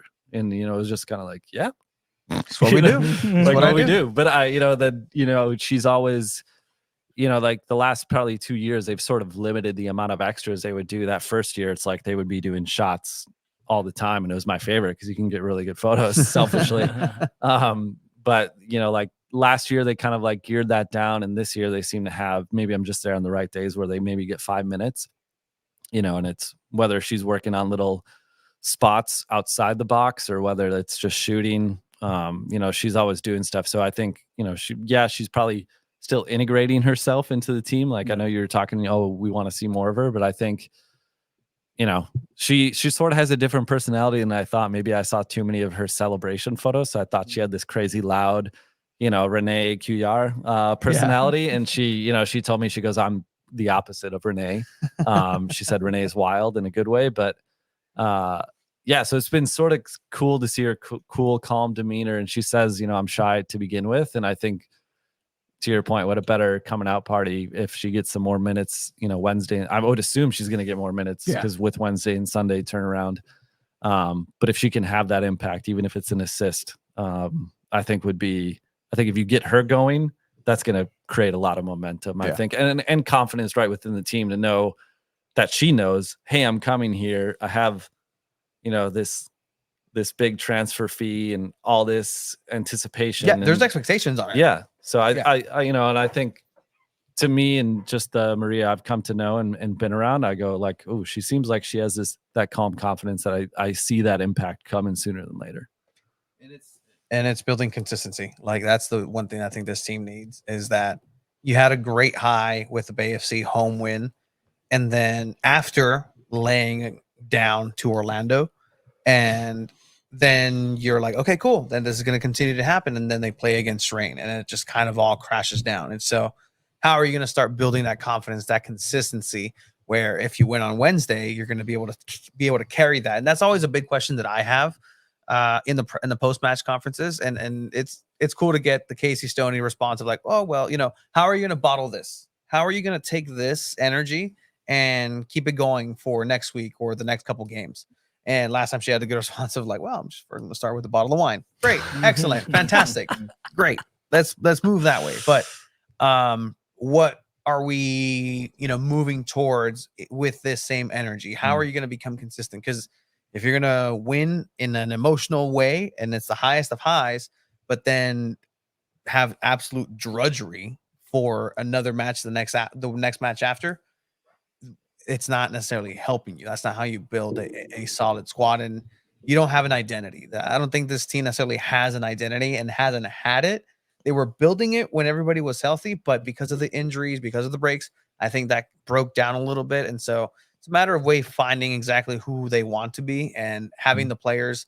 They have talent. They have the pieces, but how are you going to go ahead and put those pieces together to get yourself a win in a way that you can then also transfer into more than one game against multiple opponents? Because it doesn't seem like the adjustment is necessarily happening on a opponent basis, because your mistakes and your weaknesses are still your weaknesses. So it's not like you can adapt those with different players because you can't be so selective. But I don't know what you think, Abe, to close us out. No, I agree. Cool. I last point I think I'll make is talking to McCaskill at the board of UIMCA, she said there's a lot of players on the team right now getting used to playing the amount of minutes that they're playing, whether that's in a professional setting, whether that's a Maya Jones. I think somebody, to your point about like these matches and when you have players down, I think going back to the last home win, it's like you had Adoniak go early, right? And then you had Elise Bennett come on, and I think her and Jaden have just great off the pitch chemistry too. They seem to, be friends. And I think, seeing that pass that Elise had that literally megged the Bay FC player and set Shaw up. So I think in these types of matches, right, you need these contributions from maybe players that usually might not play a big role when you have this whole team back that, I feel like Chiva gave the all-star lineup and then you're like, holy crap, all those players are on wave. But I think, if there's a player that I'm looking forward to this home stretch it's Elise Bennett, just because, she seems to, she has now enough games within this team that, to me, it's like, hey, you've had a couple years in the league and, not that I'm not calling her out, but it feels like no. But like, I'm excited to see, because I think she can play a big role in the chemistry she has built with the team, her teammates, because she's a very outgoing personality. And I think she has a very infectious energy that, especially at home, can, you mix the crowd with that. And hopefully, she's in a position to make a difference again this game. I love it. I like that we get to talk about games. Because this is what's happening. And again, I mentioned it to you last week. Like, I was asked, like, well, why did you guys start with SDFC? Well, because SDFC is not playing and fielding, a team right now. We like to talk about the top level soccer. And 100% top level soccer in San Diego in the I gotta leave of San Diego Wave at Snapdragon Stadium, the best tenant soccer wise currently at Snapdragon Stadium. Period. Multi-purpose stadium. Do you want to get in? I mean, we'll move into these kinds of conversations, because I know people from what I've come to understand and have been understanding for a while. There's ears, there's people listening, and we appreciate that 1,000%, because the San Diego Soccer Podcast, San Diego.Futbol. Get your news, what's get everything. That Messi celebration? The Topollillo, the Riquelme. You don't need to do that, Abe. You don't need the hands. He's just relaxing. All right, Abe, where can people find you? Where can people just see your great work? Yeah, on all social medias at Abe_Zepeda, and on San Diego.Futbol for all my writings and stuff. I believe I'm trying to work on a feature article on Kennedy Wesley, because she got a lot of quotes and stuff that we got to talk to her a lot this weekend, and she's been a very interesting player, and she's actually looked really good in that center back position. So I'm going to give a little deep dive. Look out for that. Maybe Tuesday night, Wednesday morning. Awesome. Abe, I have this is just maybe a thought, just right. There's all this like Stanford. Have you ever talked to the Stanford coach and sort of like found this like recipe of like, right, Gurma, Engie, Wesley, they've all had impact. I'm just curious because I feel like that would be a cool story maybe to like see how, if there's any similarities too between like what their coach would say and sort of like the tenets of what Stoney likes. He's an Oregon duck. He hates Stanford. No, I've been always wanting to work on this story about the Pac-12 and the death of the Pac-12 because I talked to Elisa Bennett about it a little bit too because she went to Washington State, which Cougars suck, but I think that's like such an interesting thing. It was one of the best soccer women's soccer conferences in the country, and it kind of got ruined by men's football. And it's like, how now we're gonna see Pac-12 like it's all split up and super weird now. And we don't need to see Wisconsin and UCLA play. I don't like that. No, that makes no sense for women's soccer either. You were playing all on the West Coast. It worked completely fine, and now it's all gone to crap. So that is a great idea, though. I definitely need to be contacting all the formerly Pac-12 people. But the Oregon coach, I don't love the Oregon's women's soccer team. The Oregon coach got in some hot water for some coaching tactics. So not the biggest fan of the Oregon women's soccer team. But I like this. When you get bigger, rich, and famous, then I can't wait to read those stories written by you, Abe, who bullied me on Saturday. Don't cock your head like that. At Crumball? At Crumball. I bullied you? He came up and, just surprised me, looked at me, and had backup with a significant other next to him and kind of, brought the muscle and was like, hey, you better start riding. I was like, oh, shit. Like, yeah, that's not bullying. That's not bullying. That's motivation, I think. Because you brought up writing. You brought it up. You're like, oh, yeah, we're writing now. And I'm like, we're writing. I'm writing. See? Okay. Look at that. I'm writing. Like you need to You start. don't want me writing. No, Chiva can write too. I believe in Chiva, right? Write in Spanish. It's a can factor. Like, can he write? Yeah, anybody can write. Yeah, no. I've seen your emails. Your emails are very, very fancy. I like them. Excuse me?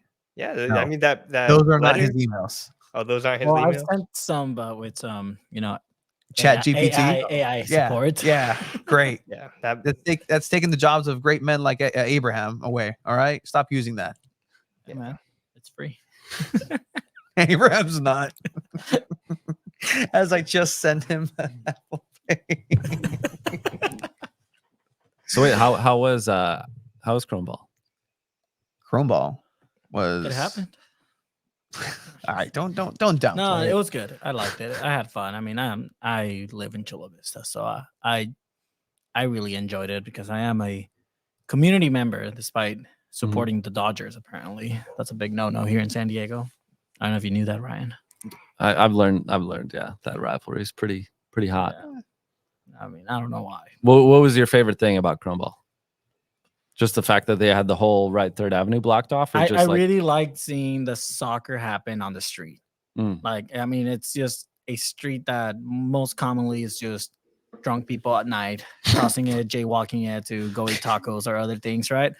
But I've never really seen pickup soccer happen on the street on Third Avenue. So I thought that was pretty cool. I thought that there was a stage like right in front of the Third Avenue sign. That was pretty awesome. Because every take you took, every video you got the Third Avenue sign, which they just redid it as well. Oh, really? Yeah, they just made it like look more like neon-y. Yeah, I don't know if it was for the event. I'm pretty sure it was already in the plans. It was already there. But yeah, for like I want to say 2-3 weeks, the street was blocked off in the mornings to construction. They were fixing up the sign. So I thought the stage on Third Avenue was also pretty cool. So I mean, I had fun. I went for a little bit in the day. Then we had to go do Inter. Came back at night, enjoyed the concerts. It was a good time. I mean, San Diego FC, your Twitter media needs to. We're trying to give you props. Had some great visuals, but there's nothing on the media. That's. Oh, you want longer? Not even longer. Like, hey, you had Lil Rob. Like, this is. Well, yeah. I mean that's meant to that's sort of like the new age thing that happened a couple years back, where when you close out Yeah, of it, but- it's just yeah, Third and, Avenue like- sign. Then you click on it. You got to look That's at that. because on the you feed. got to look on the feed, not on the media Yeah. page. But you want like a recap video? No, just like highlight, like because I know they have the So videos look on how Instagram. that looks pretty cool. Yeah, no, that looks pretty cool. But other than this picture here, I There's have nothing I have else. noticed uh-huh. if there's a priority of resources with their posts, it's obviously Instagram over X. Okay. So I I'm think guessing so. there's probably more on Instagram. This Bonita Dinosaurs content though was hilarious, and I give them props for that. So many of my friends that like don't care about soccer at all were just all of a sudden cared about this just because I don't know what it is about these dinosaurs, but they are the best thing in Bonita. That was good. That was like Bonita. that's like my favorite kind of social where it's just like we're gonna try something and we're just gonna go for it. Yeah, And I was also- scared that they were going to move them because they made it seem like the dinosaurs were going to go to this event, and I would have been there rioting if that happened. Like, you cannot move those. You cannot move those dinosaurs. Okay, they're supposed to stare at the Jack in the Box and the Roar Park across the street, and that's it. They have to stay there. What Is what that their was- real names? Or they just assigned them names? No, they have real names. Yeah. Is it But- Rumbi? Is that it? Like the I- one I on think the so. left almost looks like Doraemon. Do you know who Doraemon is? Japanese cartoon. Doraemon. that sounds so Never mind. familiar. That's way No, too no, no, that's way too niche for this the He's gonna DR look what? it up. Like he's gonna I am. know. Doraemon. I don't know how to spell it. Draymond Green. I knew he was gonna pop up. Google it. Not Draymond Green. We'll do it offline. We'll do it offline. Okay, But got it, I would yeah. say like what's when you guys hear people talking, whether or not it's people you see Yeah, it's disappeared. I think it's just me on the stream. people saying, especially right, they don't have it. They don't have the luxury of having players announced yet Mhm. outside of Duran. I don't want to not mention Yeah. Duran, but like when you don't have games, you're far out. Obviously, these community events are what is going to first expose people to the brand. So, what are you guys hearing when people are there? I honestly think that this event, and I shared it with a lot of the staff of San Diego FC, because just knowing the behind the scenes, first of all, like congratulations to everybody who helped put this together, because it's a monumental task. Like they've been working on this since before January. Just literally, it takes a lot to get the permits to shut down the main city street of the largest growing city and fastest growing city in the United States for the past decade and a half. And so it was a great event, and I truly think that they tapped into something that hasn't been tapped into before, and we saw it at the Let's Kick It party to begin with. Mhm. And again, I don't mean to necessarily pin this on like a racial thing, or like it's the Mexicanos or Mexicans, but like they tapped into that avenue literally, where it's the easiest thing to do to have these free events and have them be big and really party. highlight it. And it was a party at the end of it, right? Like I saw people who were incredibly sad in Vegas because Lovers and Friends got canceled, and I'm over here watching Lovers and Fools with Lil Rob at the at night, and you got the puffs of certain herbs coming out from the street, and people drinking, dancing. I was dancing. I got caught dancing. The director of marketing has a video of his significant other, and I'm just like an idiot in the background. It was dancing fun. cumbia. It was fun. And I think that's something that they have done incredibly well, is really tap into a market that not a lot of professional soccer teams have, including San Diego Loyal. And that's something that they always strive for, and they tried to get into it. Clearly, it was a different, maybe north of the 8 type of crowd, and they tried to come into the South Bay here and there, but again, emphasis on try, where SDFC is doing. And they're doing things the correct way. It would have been cool had they bought the rights and showed the Canelo fight simulcast. Like that would have been really cool at the end of the day. But in all of this, like I got there at 12 as soon as it started. Right, it started at. I think the game, like the CBPD against the firefighters, Was at like, 11. That was like a 10ish, I Yeah. think. Shout out to firefighter Trevor, who we connected, and we'll try to connect here soon. He listens to the episode. He stopped me at a Walmart one day. You're famous, man. I remember you called me after that. I did. And they connected for that. And these events are really cool to reflect what the community is. And I think that's what they're doing a good job. Escondido, I didn't know a lot of the population of Escondido. I went to the event. I saw the community come out. I'm like, got it. I get the gist of it. I get what the soccer culture and the family aspect is. Chula Vista is our backyard, so we know exactly who's there already, and to have that reflected in this event throughout is really cool. It seemed like a carnival almost, and that's not even in any sort of negative sort of way. I love me some carnivals. I love me some. Oh, look, there's Trevor. Oh, there he is. Shout out Trevor. Also, Jeff, what do you mean? What is going on right now? Jeff, just talking Chrome Jeff, Ball Tour. Jeff Abramovitz. I think something that could have happened in this Chrome Ball Tour. I mean, I got there a little later, like around close to like 1:30, 2 p.m. And everything was already going on. I don't think this is to any fault of SDFC, but I think they could have worked more with the city, because I think Chula Vista, they do post a lot on Instagram. I think they have a good following of the community on Instagram, and they didn't post anything about the event. Speaking to the owner of like a brewery down the street, not between F and G. Yeah, who's your pal? You're a regular there. I'm a regular over there, and Checolico. just speaking to him after on my walk back to my girlfriend's house, and said, hey, like, I don't think the city or the team didn't give any of us a memo that this event was going to go on. Like they worked there on 3rd Avenue all the time, and they didn't know this event was going to happen. Yeah, they saw the little flags, but they didn't know when. They didn't know like what it was about. I think could have been marketed a little better. Sorry, Jeff. That was me. No, it's all good. But anyway, I mean, I would have loved to see the local breweries on 3rd Avenue on that beer garden. Like, you go to 3rd Avenue. 3rd Avenue is known for having so many breweries, some like really great, amazing beer. Like, you have Three Punctails, you have Groundswell, you have La Nacional now there. I think you could have worked with those breweries and restaurants to have them. I'm sure they have a contract with the food trucks and everything that they've been going to the Chrome Ball tours, but all these restaurants, all these breweries, they participate in other community events. Chula Vista has a food festival every year where everyone participates. They have tents, they have tables, and everyone's just trying everybody's food.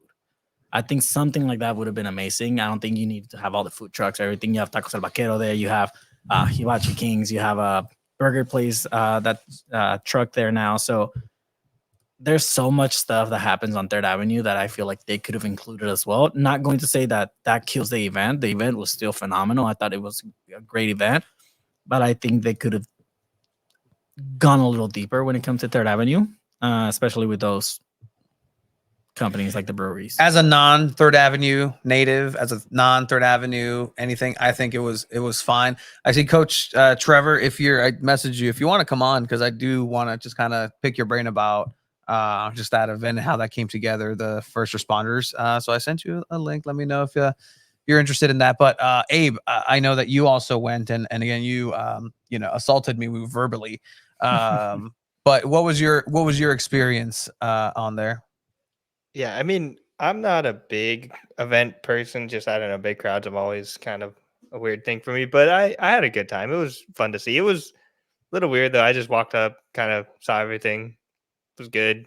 Wasn't there to really drink because I got there before the beer garden opened, I think. So it was just like, okay, well, now don't really know what to do. Just watch a little bit of soccer, but got to see some of that. Well, now that I think about it, I did see, there's some of my friends that I've seen like in those street soccer events that don't really go to soccer games and are just getting involved, whether they're like with the East Lake Soccer League here in Otay Ranch, like they're just at these SDFC events and getting to play like at a lot of these Chrome Ball Tour things. And it's just a cool opportunity in that sense. So I'm like to see that, just see some of my people that can not really name an MLS player, but other than Messi, but then we'll see this and be like, hey, maybe I'll go to a game, Guess it probably works a little bit.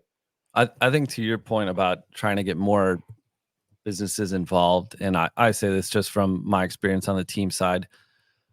I feel like people on the team side are working so fast and juggling so many things that sometimes it's a shock when you reach out to these companies and it takes them a week to respond to an email, or if like you do the whole walk in, right, and you don't get the right person, they're like, oh, our manager's out or our owner's out, they'll get in contact with you.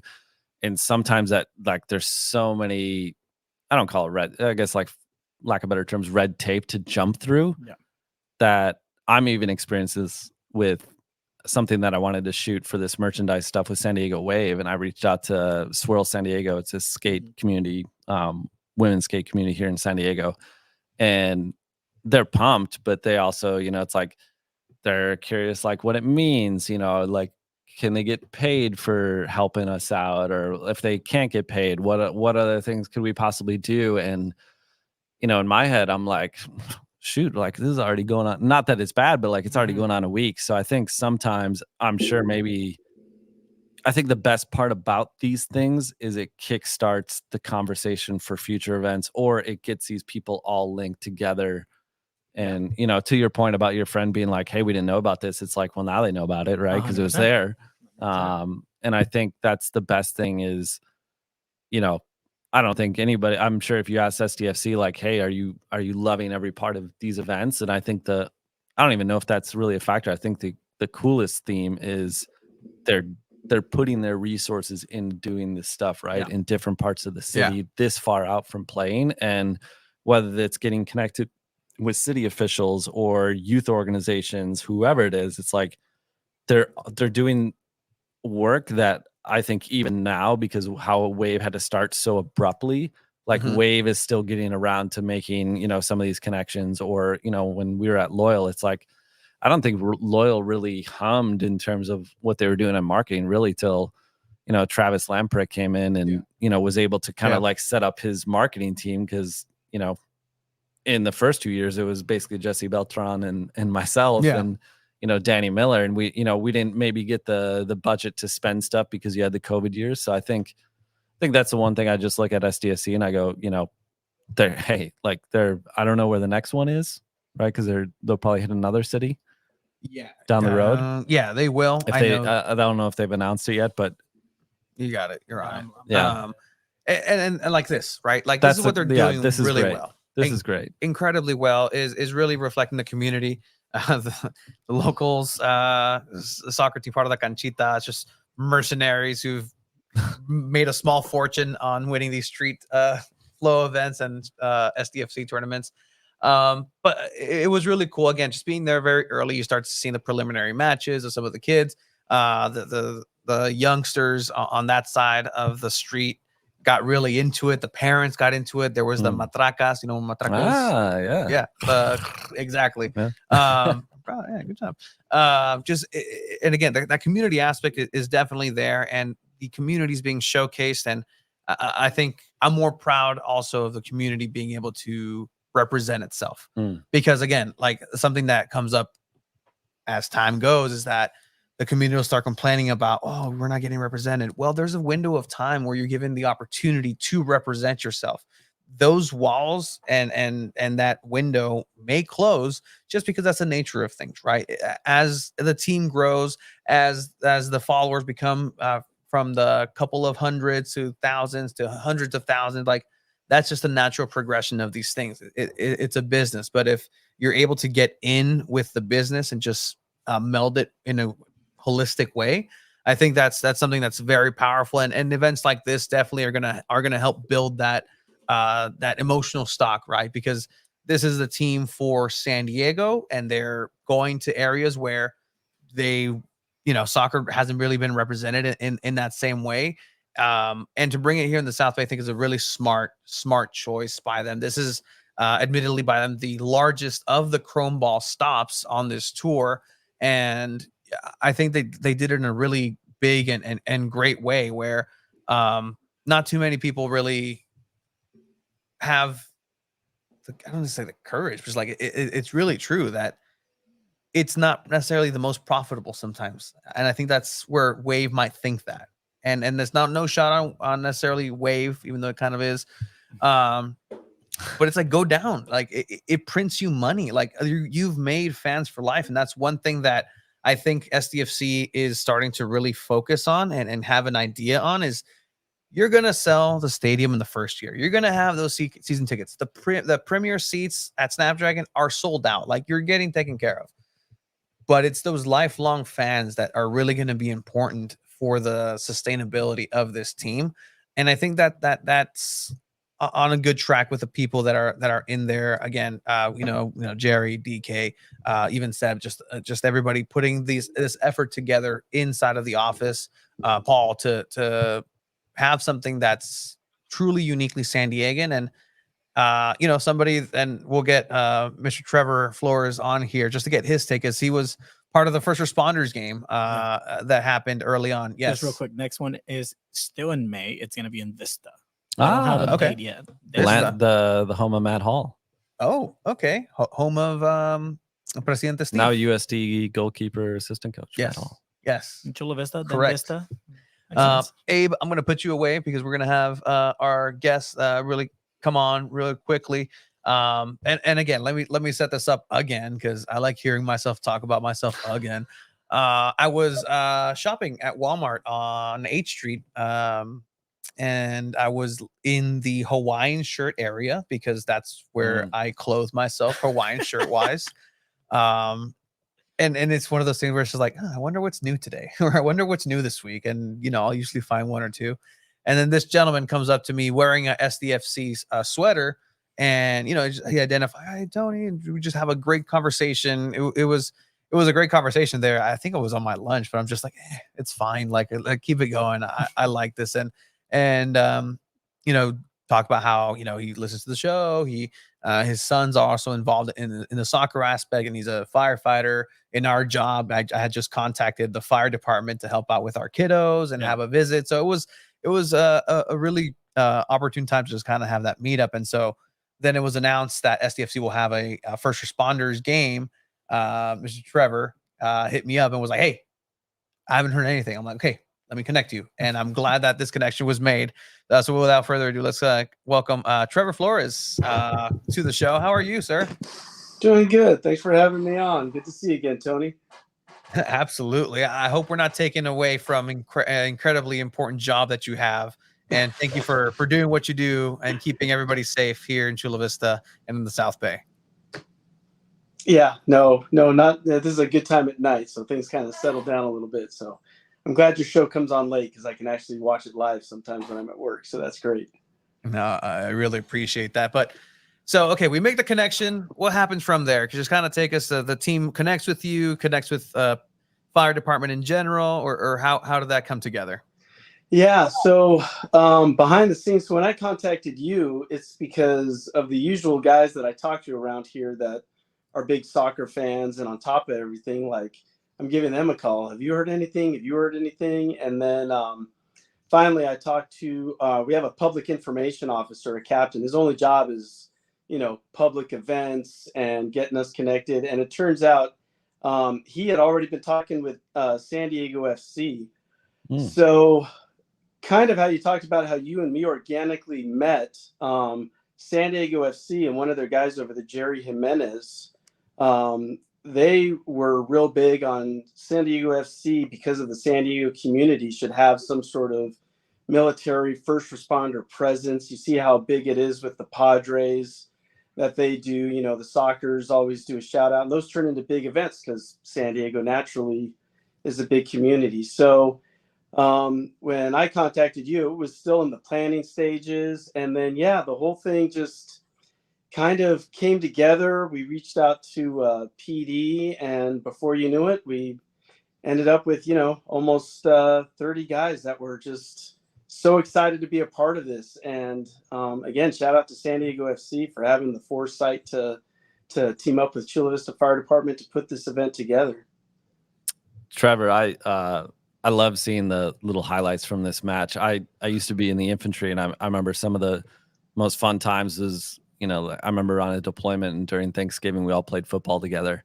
And I feel like sometimes it's rare where the people you work with, you get to kind of step outside your environment and be able to do this. So for just the crew, like what does it mean for when you guys are able to kind of participate in things like this, where it's like you get to step out of, being a firefighter for a second, and you just get to sort of have fun, but still with the crew that you're used to being around all the time.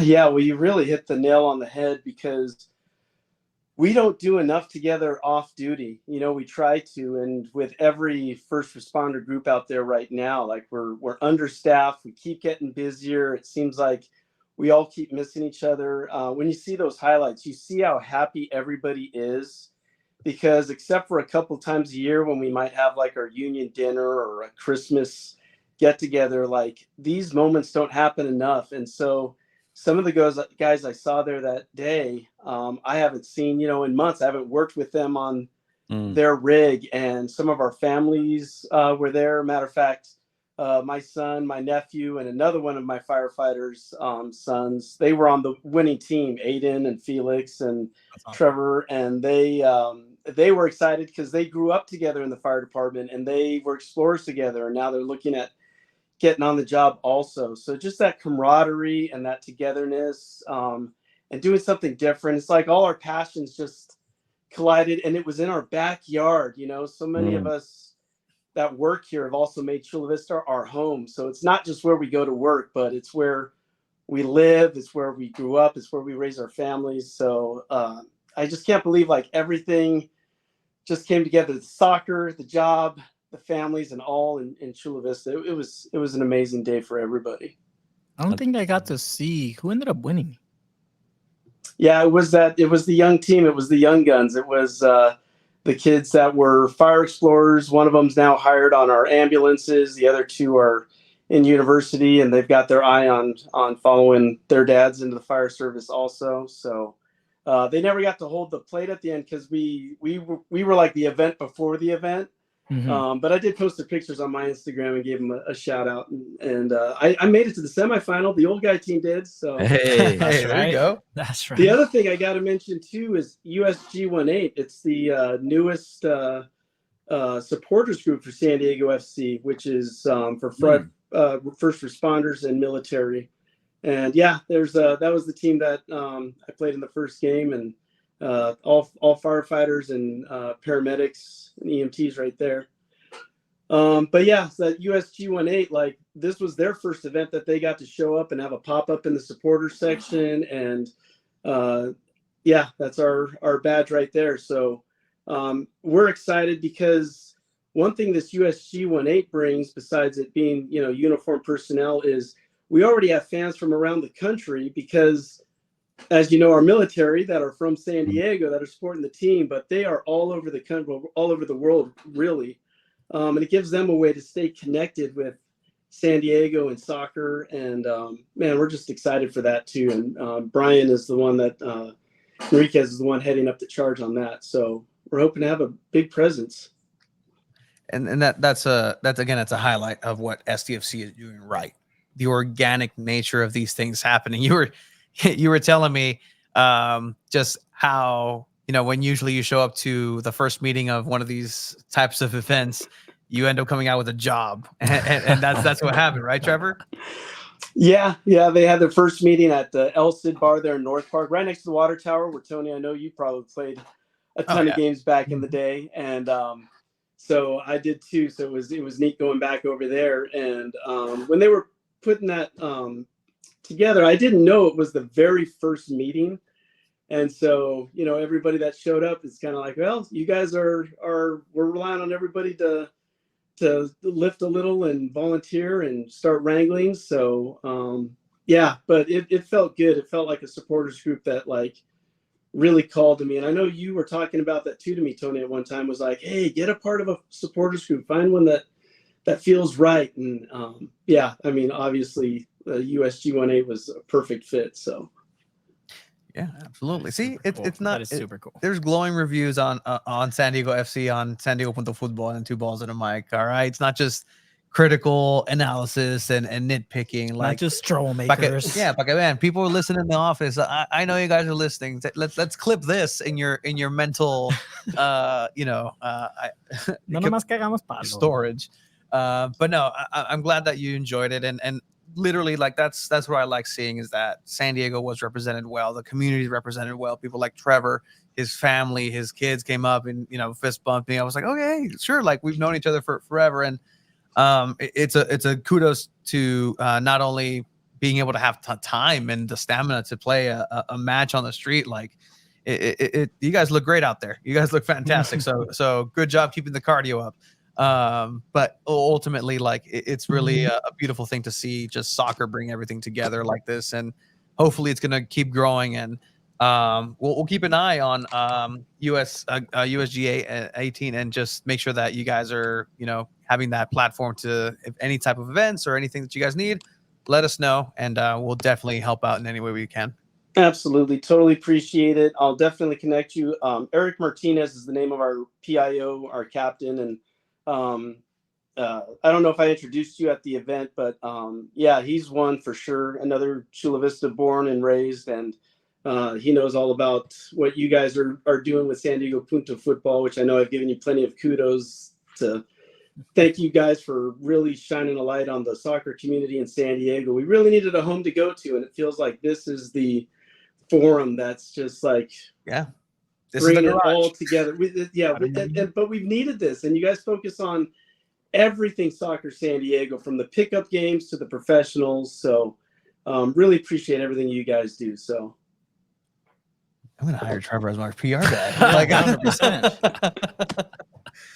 You like to write? No.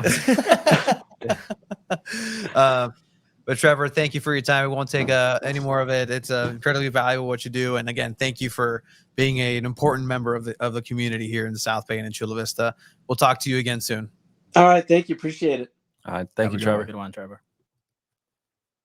I wanted to get that in because again, like it's just so important to do that, right? Like it's just so cool. And why do we do this? It's because of that, I think. It's the same reason why we work where we work in a nonprofit and not make a lot of profit ourselves for the amount of work that people in that space do. But it's rewarding to be able to have that. And look, if people like hearing what we have to say, then I'm okay with that. And if they don't, that's okay too, because it's fine. Half the time I piss off parents because they don't like to hear that their children are demon spawn sometime, and they don't believe what they have at home. They're always well behaved. Yeah, my favorite is like, well, what did you guys do?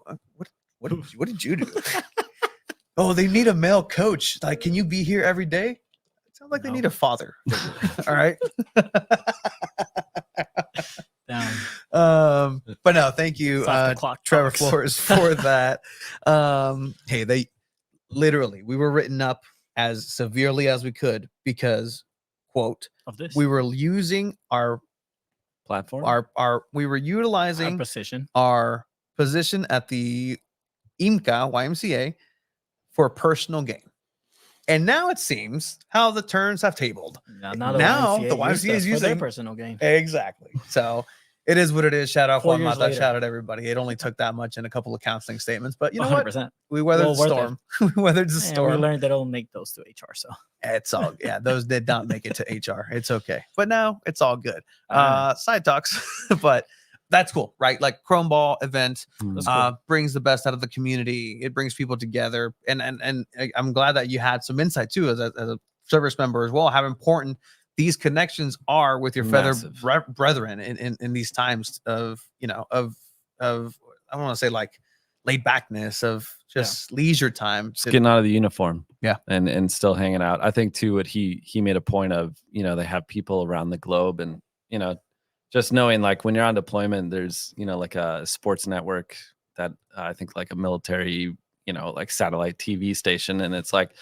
I can still vividly remember the times where it's like you were able to watch a game and you don't have a choice, like whatever game is on, but like sports is your one outlet from the environment you're in. And so like it's just thinking of SDFC military people that are deployed, like being able to watch like the first match, and they're somewhere around the globe. Like that to me is like super cool. I also remember when I was in Fresno, the I don't know what station it was downtown, but like for like the 3rd through 5th inning, like they would drive and you could see them in the outfield and they would sit on top of the fire truck and just watch the game. I remember one time it was a ladder truck and like there was a home run hit outside the stadium and they literally put the ladder, went on the roof, and like the guy had the ball and he was like waving it around. So like I think, we're used to, I feel like in this country having first responders or military as a big presence in sports. But I mean, just hearing Trevor's words, I think,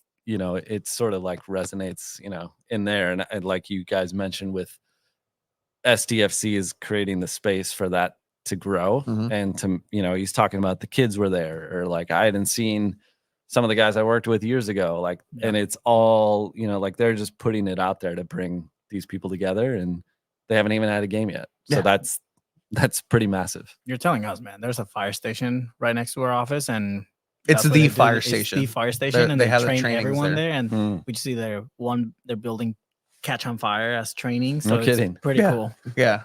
I don't know about the carcinogens for us, but at the end of the day, but it's all good. It's for the greater good. But it was great seeing a lot of people at the Chrome Ball Tour. I mean, just seeing Ricardo there, having a great time. I didn't see Tom Penn there. I mean, it would have been cool if we saw Tom Penn at Chula Vista. That would have been cool. But I mean, everyone else, I love that even the employees, they're allowed to have a great time at this Chrome Ball events. I mean, not just work. It sucks going and just feeling like it's work. Obviously, it's work for them, but they also get to have a good time with it, which is, I think it's key if you're part of that staff team, because if not, you're just going to get burnt out. There's a lot of pressure. There's a lot of pressure. Sure. And we have a lot of conocidos, a lot of friends, little pals that, we've come to know through this adventure, and just having that outlet and be that outlet. And that's what I like to like.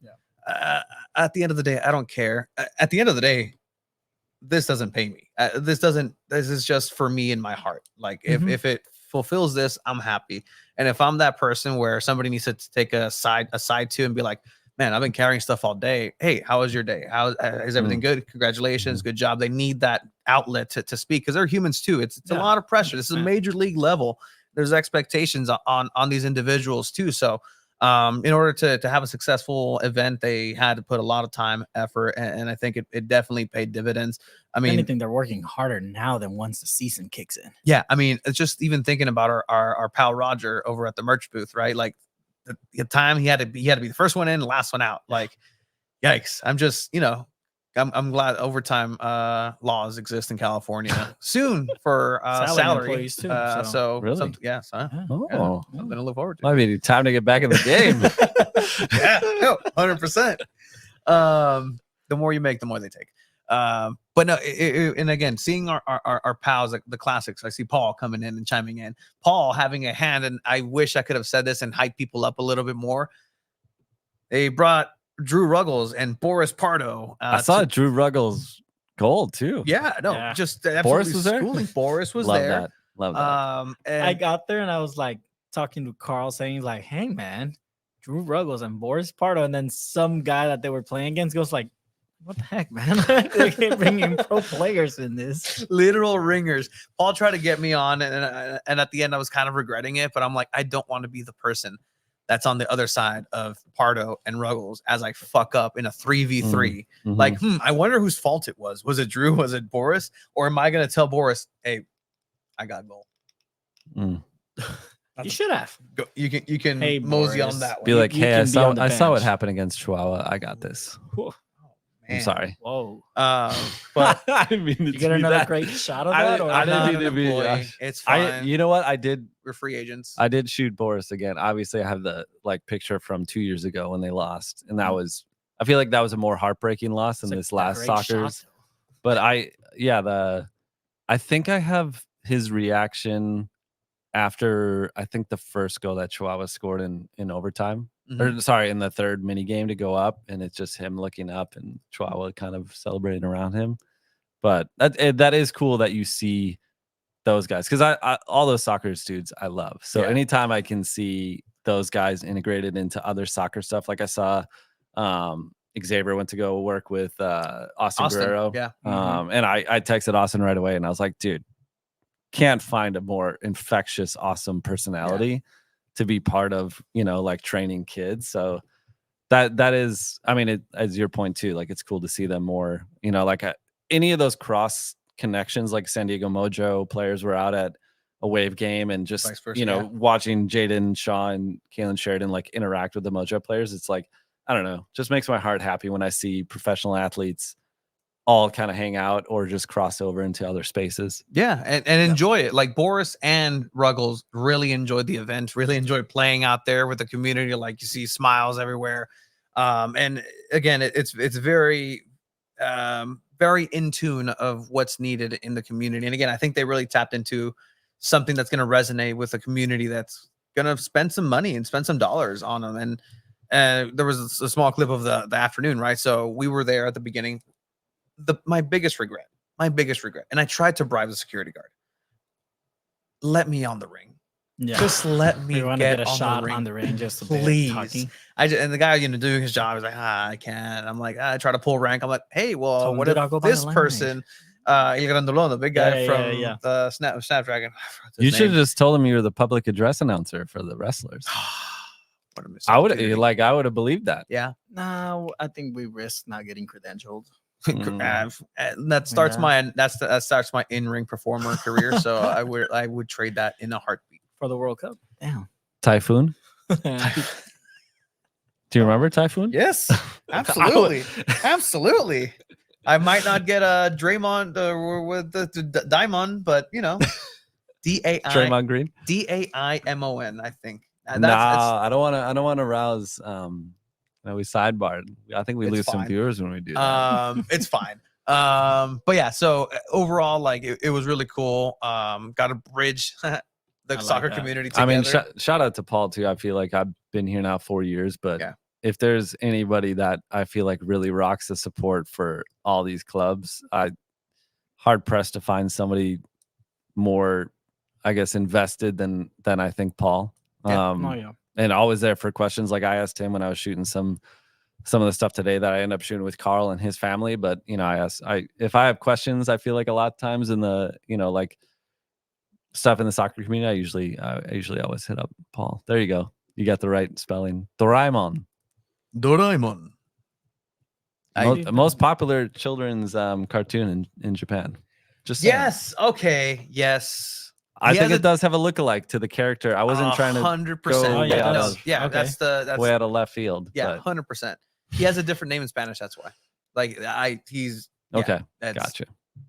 It makes a lot of sense. Yeah, now. it does look like. So can I ask you guys a question? I know there's limited amount of information probably coming out about player stuff, but like for me coming back here, I think now I'm going, hey, we're less than a year away, right, to San Diego FC playing their first match in Snapdragon. Yeah. Or just anywhere in general if they start on the road or go to Coachella for the preseason. What whispers are we hearing in terms of player stuff that you guys can share? I don't want to get you guys in hot water, but like, is there that stuff coming out yet? Or is it pretty locked tight and you're still kind of in this mode of like, I'm just curious to see what the next move is? So there's moves that are happening behind the scenes, and it's nothing necessarily official just yet, but those gears are turning. Officially, it's probably not going to come down until during or after Copa America, whatever those may be, because again, you can keep signing Marcos Invarsten, you can Jeppe from FC Norseland, right? But those signings aren't necessarily consequential to move the needle in any sort of way. It's the rumors of like Chucky Lozano that are really kind of getting those conversations started and perhaps having Memo Ochoa. And so like all these names are getting thrown out there. Marco Reus, who played here in the preseason against San Diego Loyal last year with Borussia Dortmund. Nacho Fernandez is leaving Real Madrid, and there's rumors that he wants to come to MLS. It's playing currently at Real Madrid. So is it like any like high profile person that could be like San Diego FC is like in the mix of a certain caliber? Yeah. So I mean, you would think, why not, right? I mean, you have an up and coming team. You have I picture Nacho from Real Madrid. I mean, wears the captain armbands whenever he plays. Yeah, you can go to Inter Miami. Yeah, you can go to LAFC. I mean, Giroud just signed with LAFC. Like he's Olivier Giroud. Are you familiar with Olivier Giroud? You know his game.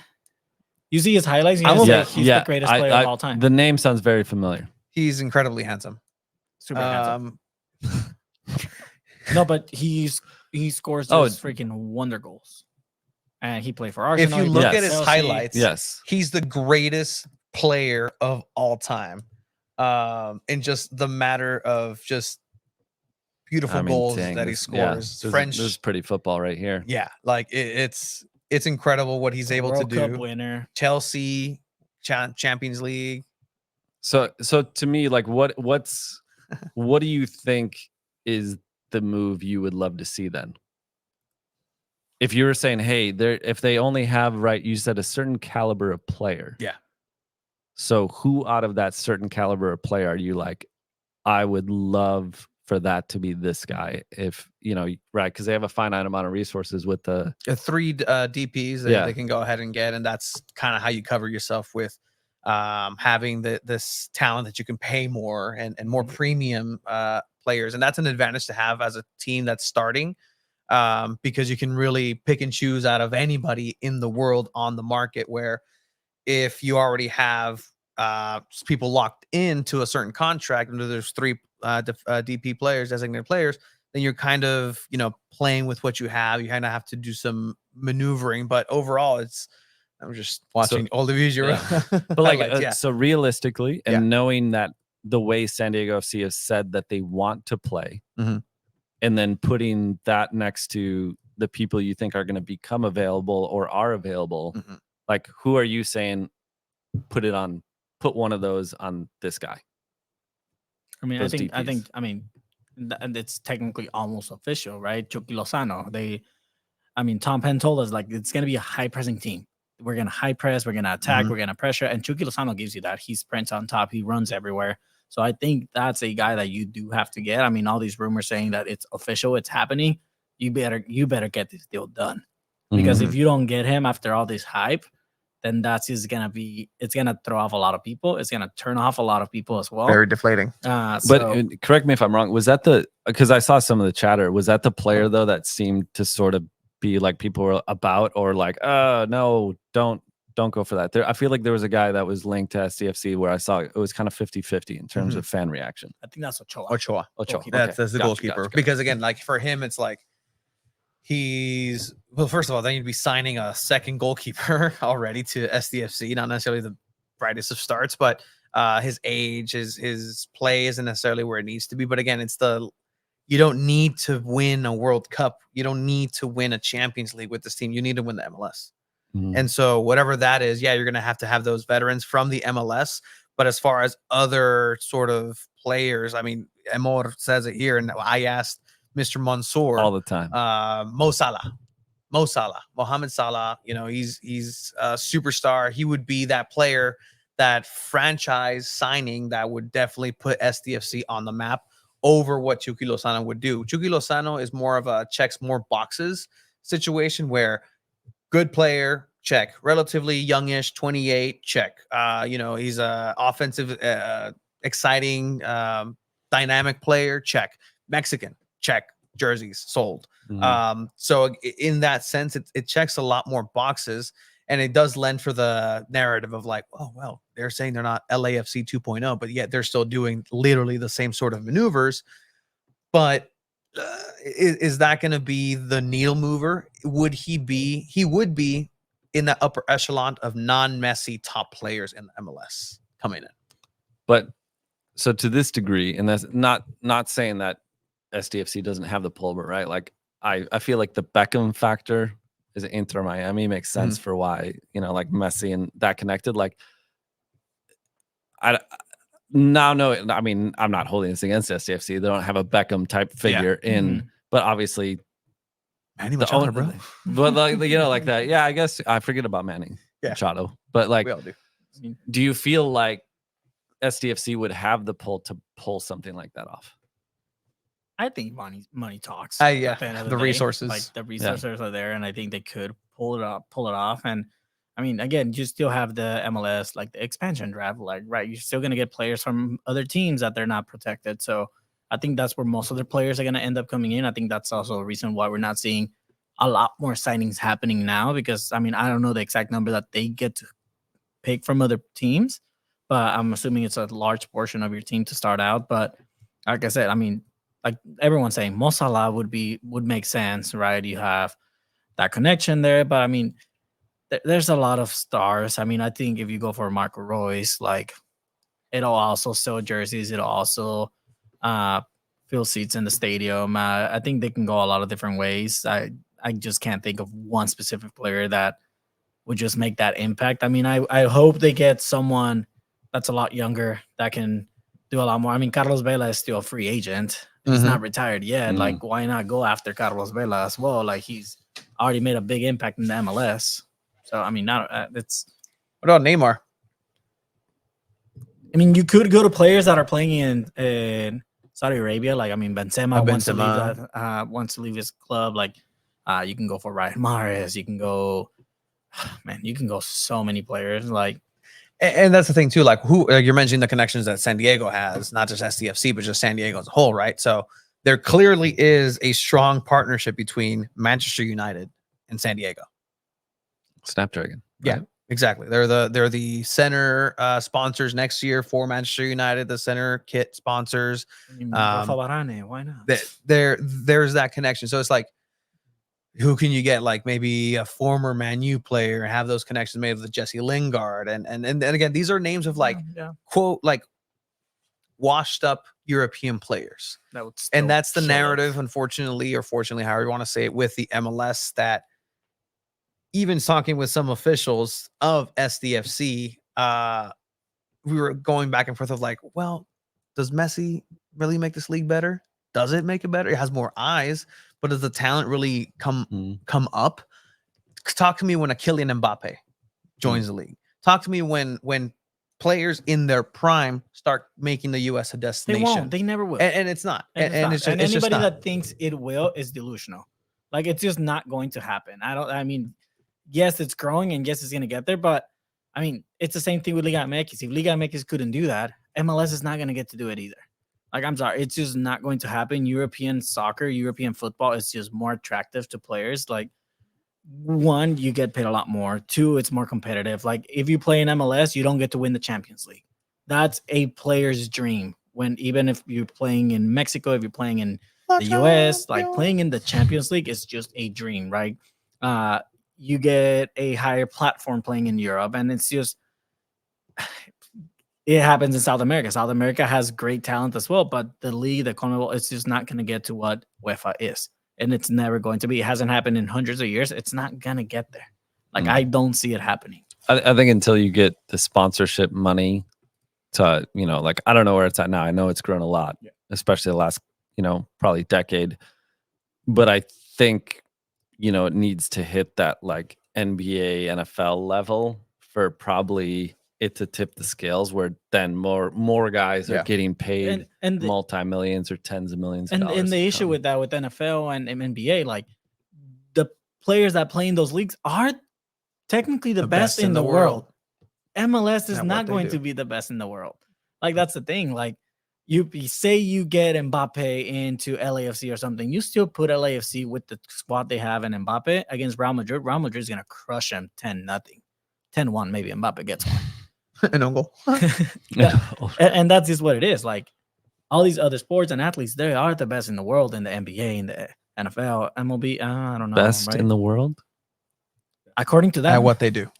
I was saying that was a CM Punk. Mine was Jericho, because that's what he there you in go. that feud. I think Jeremy has a good point, though. The Landon Donovan effect. This is something that I've had my eye on, and my thought without any knowledge of this was, he was waiting out some of the stuff that was happening with LA Galaxy, and I thought he would be somebody interested in maybe stepping into a president role, but I did find through the time that I did know him, those first 2 years at Loyal, he really enjoyed being more on the side of like teaching the player, and whether that was not only on the pitch or just like, the mental health side of things. And it would be very interesting if he would take on more of a technical director, or, say like, some of these names are more akin to like, NFL, but like player personnel role with and player playing development. and playing that side, because I think we've seen a lot of loyal people on the front office side go to SDFC, Mhm. and I think there's been plenty of time now between the end of loyal to now where if I know there was a rumor of loyal owner Andrew Vasiliadis possibly having a role at SDFC as well, Yeah. because he just loves soccer in this Yeah. community so much. So I think from a time standpoint, it would, I think, PR wise, it'd be fine, right? Mhm. If they would assume into this role. So I haven't heard anything from Landon. But then what's the pull there? Like who's gonna be like, Landon, let's go. Like, let's go to SDFC in terms of a big player name, personality, and just with my insights that I have, limited insights, that he's really enjoying being a pundit, and he's gearing up for the World Cup. And so I think this Copa America is going to be telling as far as how much he's going to dive into it. So he's enjoying retirement. He's enjoying playing golf. He's enjoying his life. He's enjoying playing tennis, watching, like, he's doing his thing. Hey, Chris, you want to come play in San Diego? Chris Wondolowski? No. I mean, I think there's extreme benefit, even if he doesn't have, let's say, an official role of just being somebody that can affiliate, sell the city, right? And just be there, for whoever, just to be like, hey, look, I know this person, or I know their agent, and because obviously he's super well connected within the soccer community. And I think it would be great. I think Landon to me was a huge factor of really part of the groundswell of loyal and making soccer a little bit more on the map here in the city. So I think it would be cool to see him connected. Bring back Kyle Vassell. I agree. I love Kyle Vassell, who just got promoted to another division. Yeah, sure did. Absolutely. And Landon, a huge part of bringing elite soccer here to San Diego. Some would say helped Wave come to San Diego, the best San Diego. Or, as some reports are coming out, San Diego FC is indeed going to be the one that brings any sort of worthwhile soccer to San Diego finally. Let's get into it. Let's do a it. little. Let's just touch on it, because it's true. The ambition of SDFC is giant on every single front. The academy aspect is trying to be top class, world class, and their operations across the world have paid dividends in that arena. They want to be the best in terms of the community. They want to bring every aspect of the 18 cities and everything in between and highlight everybody within. They're doing a pretty good job there. In terms of bringing on the pitch, game day products, soccer, they're also saying that they're going to bring, what was the quote? Top level soccer in America, or to America's finest city, or like to San Diego. Let's top level look at soccer in America to San Diego. I think that was a quote. I believe Penn. you're right. Yeah. So top level soccer in America. Like what does that mean, right? It's, I mean, there was a lot of arguments on Twitter. Yeah, you got yourself in some arguments in Twitter, or discussions. I was a complete neutral in all of this. Oh yeah, for sure. You're very neutral. I'm incredibly neutral, and I love to play that devil's advocate space, because it's true. Like people saw this quote and made their decision on where they're going to sit on the fence immediately. And to the credit of Tom Penn and this article, within the article itself, there is praise for San Diego Wave and what they've done and what they've built at Snapdragon. Period. That is a fact. However, the highlighted sentence was, we're bringing the top level of football in America to San Diego. Quote Tom Penn. That didn't sit well with a lot of people at all. It got a vicious reaction for some, and really struck a chord to others, and others saw it as harmless and didn't necessarily see any negative or damaging aspects or takes that can be taken from such a small sentence in general that got blown out of proportion. So we'll start there. We see this on social media. Your personal immediate reaction, if any? I mean, I'll go first. I mean, you read that and you think, okay, he is the CEO of San Diego FC, MLS. It's a men's league. When you compare the men's game to the women's game, the men's game is technically a higher level, right? Like it's more competitive. It's but you can't downplay what San Diego Wave are doing as well. I don't think he meant that, but the way they word it is kind of say, well, San Diego Wave is already playing here. San Diego Wave, NWSL is top level within the women's games, and you still have to respect that. There's no reason why you couldn't say, along with Wave, we're bringing top level soccer for the men's side. I think we're at a point where you have to acknowledge, I think women's sports are very much growing. You see it in the NWSL, you see it now in the WNBA with Caitlin Clark now making her debut, right? And just dropping 21 points in a preseason game. Like the women's game is growing. More people are tuning in than probably within the last 3 years or so.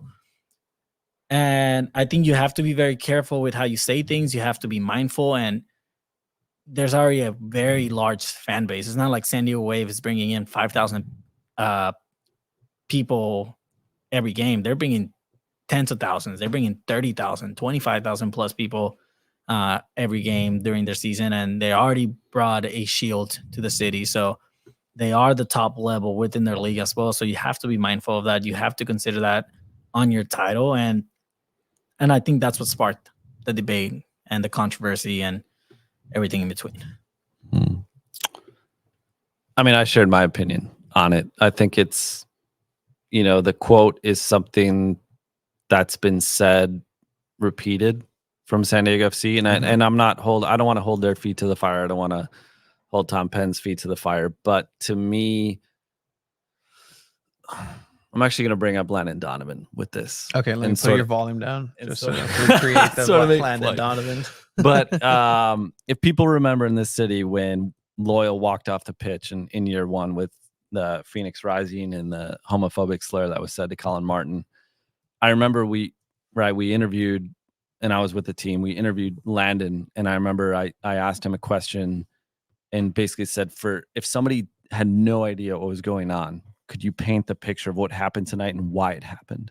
Mm-hmm. And he probably spent, I think, the first minute of the answer talking about how the context to that point and the week before, if people remember, Loyal played at LA Galaxy 2, and Elijah Martin was called a racial slur during the match, at the end of the match. And I remember Landon said, it really affected us as a team that we didn't do anything in the moment, but like the shock of it and everything. Yeah. So he said, knowing that and bringing that week and a half into the Phoenix Rising match and that happening in the conversation. So to me, the context, and I don't think it's so much as just this line itself.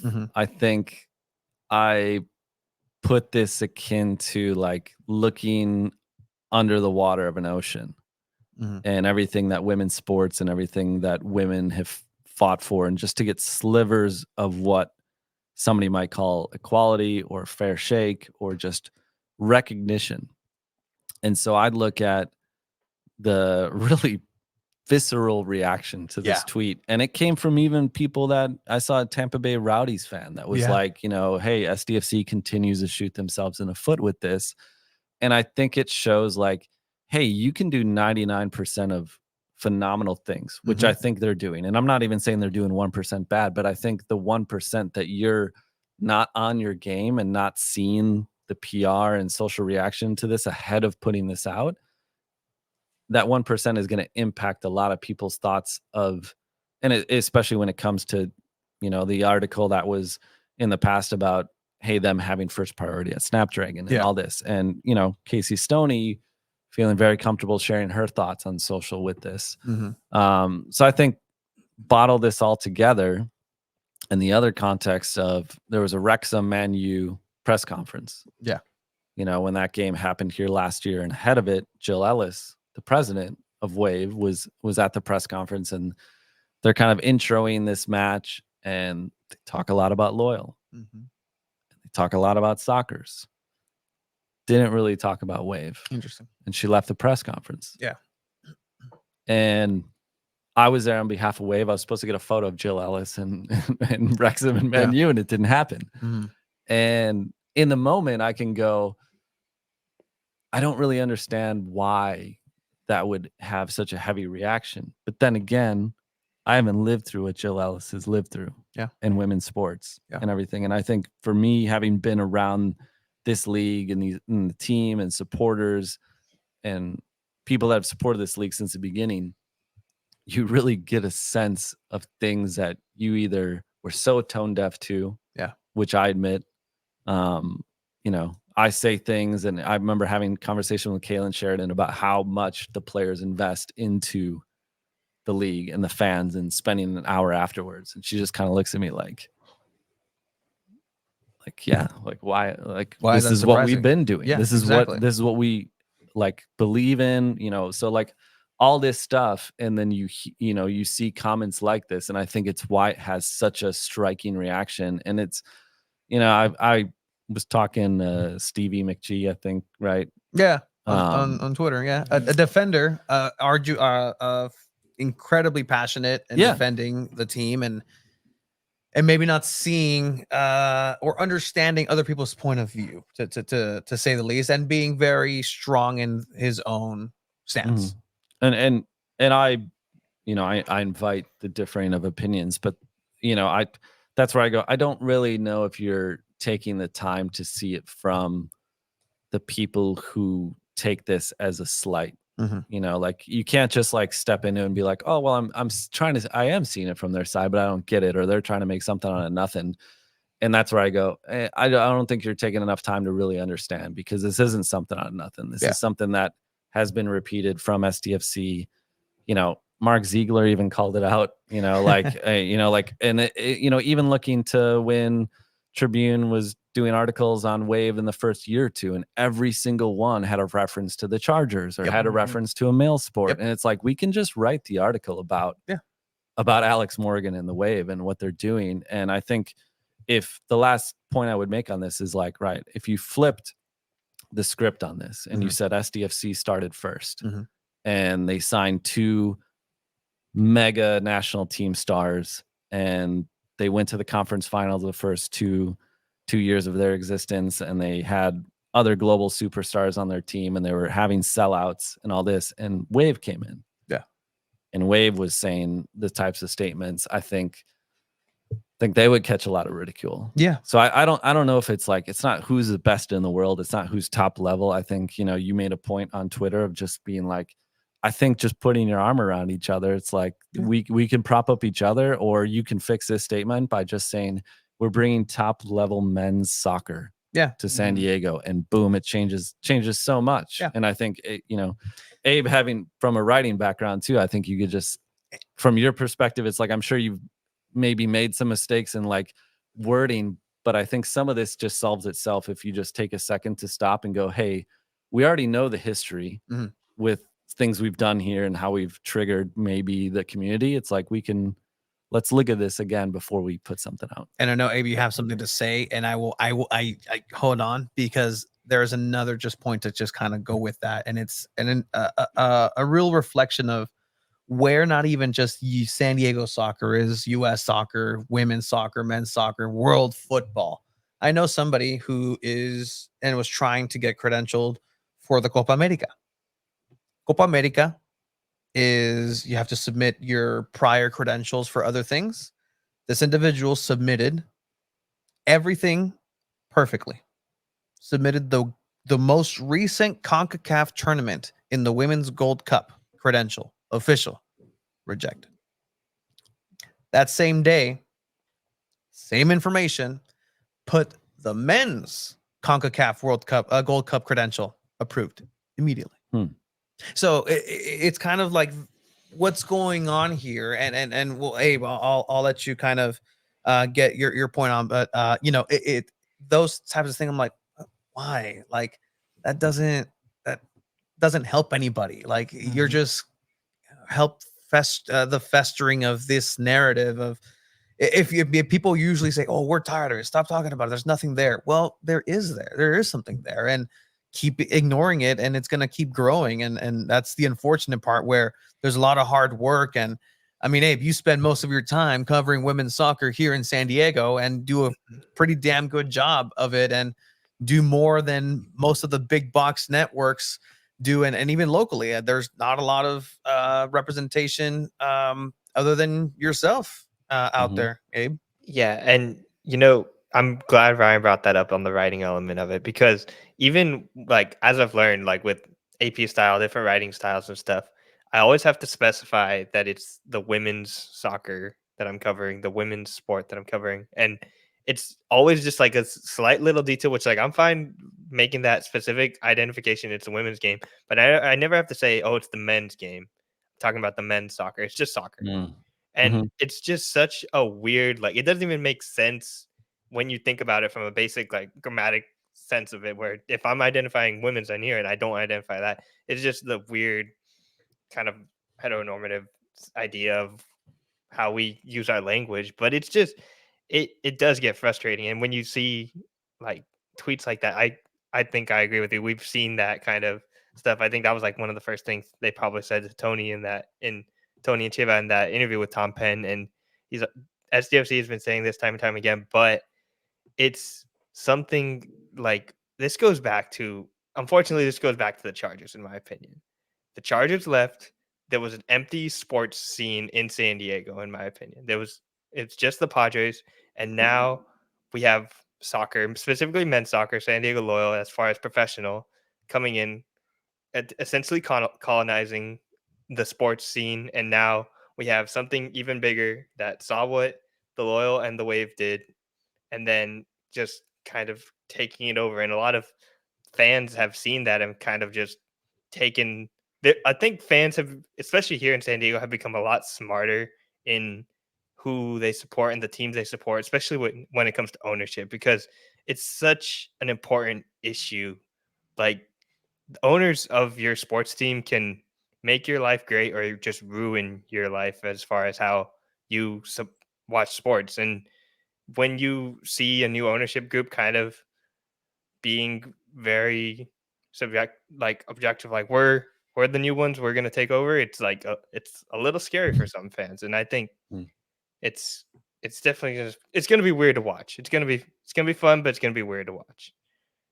To quote Kendrick in this battle with Drake, it seems like they're not necessarily colleagues, like you're saying, Abe, they're colonizers. And there is a space to go ahead and get your own. There's enough slices of the pie in terms of soccer in San Diego for everybody to enjoy their own individual unique space. But going back to what I was saying in this whole debate of like, well, granted, if you want to include Wave, because you don't have to include Wave in everything that you say. Of course not, 100%.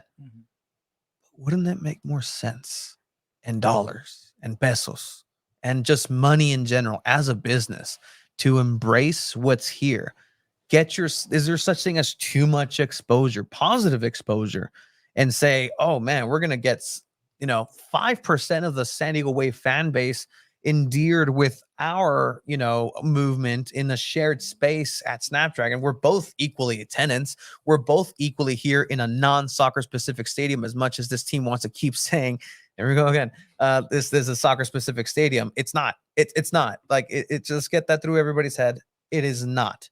And if that means that we mentioned it earlier off camera, like if that means the qualifier is just having soccer in the venue, then Atlanta is the biggest soccer specific venue in the country, period. Like that's just, stop lying to people. It's just a small little lie. Yeah. And I mean, unfortunately for San Diego FC, I mean, I can see people within the team just not really agreeing with what that quote was said. But when your boss has that mentality and that mindset of, I'm not going to do anything for Wave or anything like that, then that's what's representing your team. And unfortunately, Tom Penn has that mindset where I'm not going to partner with San Diego Wave. I'm not going to praise. I mean, he is praising San Diego Wave, but not going to build anything from there. Then that's the big problem. And if that's how it's going to start, it's not going to lead to a great relationship. There is no relationship. And that's something that I, from what I've understood from certain conversations within, these circles, is that there is not a relationship that's worthwhile with these two teams. Is there face, hey, come down. Are they going to swap jerseys on the first home game, yeah, there's going to be support on social media. They're going to have that. There's going to be the mwah, mwah, kiss, kiss, kiss, babe. Like that's going to happen because it's par for the course. The Potters are going to do the same thing. Mojo is going to do the same thing. Everybody's going to do the same thing. The San Diego, everybody's going to be on that same PR board. But at the end of the day, and behind the scenes, these two teams are competitors. They're siblings in the same space. They're competing for something that doesn't need competing. The one place where they are going to be competing is in the academy sense, because Wright's Dream will have a female division and have young women who are going to come and try to build their career through this academy and then get sold off. Wouldn't it make more sense to partner with somebody that's already here in one of the highest leagues in the world when it comes to women's soccer, and just funnel that talent into the talent here? Because again, you're going to go ahead and have talent, and you're going to make these San Diego stars and superstars, and the academy is going to be great 5 to 10 years. How great is it going to be to see little Juanito and little Johnny from Tijuana? Your hometown heroes are going to be able to play for the MLS, and guess what? They're going to get sold off. They're going to go and do a bigger career in Europe, because again, the moment that stops happening, that's when the MLS is really going to start growing. The moment that Weston McKennie decides, you know what, I'm not going to go to Juventus. I'm going to go ahead and stay in the MLS and make my league better. That's going to be the steps. Pulisic is not going to have to go to Chelsea, AC Milan, Borussia Dortmund. He's going to go ahead and stay in New England Revolution. Like, sure, why not? Like, then you laugh because it's just never going to happen. It's a reality of things, and it's a big appetite that San Diego FC wants to do. And I do love that people within the team do believe that it can happen and it's going to happen. Because I mean, if you're really in that, and you should believe that, but I mean, reality is that it's not going to. I don't know. I mean, SDFC, like you said, Ryan, it's that 1% that people will remember and people will take to heart. And you can do everything right, but if you do one thing wrong, people are going to call that out, and that's just part of it. Like, nothing's ever perfect, but you can definitely clean up your imperfections. Yeah, and I mean, I've been in situations working for a team where, I'm not saying this is happening because I have no idea at SDFC, but like where, the person that can be in a position to give these quotes, you're like, yeah, we don't really agree with that. And I think in this case with SDFC, I'm going, you have people there that know this market, that love this market, that do believe in, that I know believe in, like making better connections. Yeah. And you have Ricardo Campos, who's there, that I would love to see become more of the voice of this club if they're going to take front office voice or like have those quotes and do these stories. Because like, this isn't a New York Times story, this isn't a Wall Street Journal story, this isn't BBC News. So like, this is a San Diego Magazine story, and what better way to tell the story of your club by doing it with somebody that knows what soccer means here, knows what the people mean here. And that's where I go, hey, like, they're not asking me for advice. I know they're, like, I'm not trying to be that guy, but I think to me, this is a simple fix going forward, where I go, hey, maybe this is where we kind of shy away from Tom now in quotes going forward, and we just have it become more of a local voice that we know people here in the soccer community know and trust, and go, and I think are just like, and this is maybe to defend Tom, it's like, I wouldn't expect him to be as plugged in either. No. So I think if, like, if I'm in my PR background, I'd be like, okay, well, we need to align the person best with this article. Let's get Ricardo. Yeah. Yeah. And that seems like an easy fix. And even with that quote, right? Like, it more than what was actually quoted, what was actually, it just seems like a misstep on a PR sense. Like, they just chose the wrong quote. And like, who gets Tom Penn in trouble? No one. Because it's so broad that it opens up for that type of conversation. If it was a poignant, Right to Dream is going to bring a different flavor and potentially grow the best soccer in San Diego. What I had said too is like, San Diego FC is touting the community and how great it is, and how, the youth academies here are fantastic, and the teams, and it's always been a hotbed of talent. We are bringing the tools to the best soccer that already exists here. I think would have been a better avenue and a better quote, because then you're just propping up what's already here. And it's what everybody's been knowing that's here. It's those stats of like the biggest World Cup viewership was from San Diego, and all these different things that keep getting told to the community of like, oh, you're great soccer wise, you're great, you're great, you're great. But in saying that you're bringing something that isn't there is dismissive of everything that is already here and has been. And so again, that's very nitpicky in a sense of just trying to extrapolate so much from so little. As you mentioned, it's a San Diego magazine. Like I don't think that's extrapolating too much, because that's the story of San Diego, in my opinion. It's named San Diego because Spanish colonizers came here and decided to name it that, even though it was Kumeyaay land, you know. So it's not a you can definitely say that. I agree, and that's the thing. I agree with too many of these points to where at the end of the day, soccer is what has to be kept as pure as it can be, the game. And all these hoops, and we talked about this when Wave was starting. We talked about this when it's a loyal off season, Wave off season. There's nothing to really talk about. When the ball starts rolling, that's when we can go ahead and have these discussions of like, well, they could have done better here. Sign this person, sign that player. Exactly. And then that's a different conversation as far as what to actually do, because now you're having that product that's representing the city.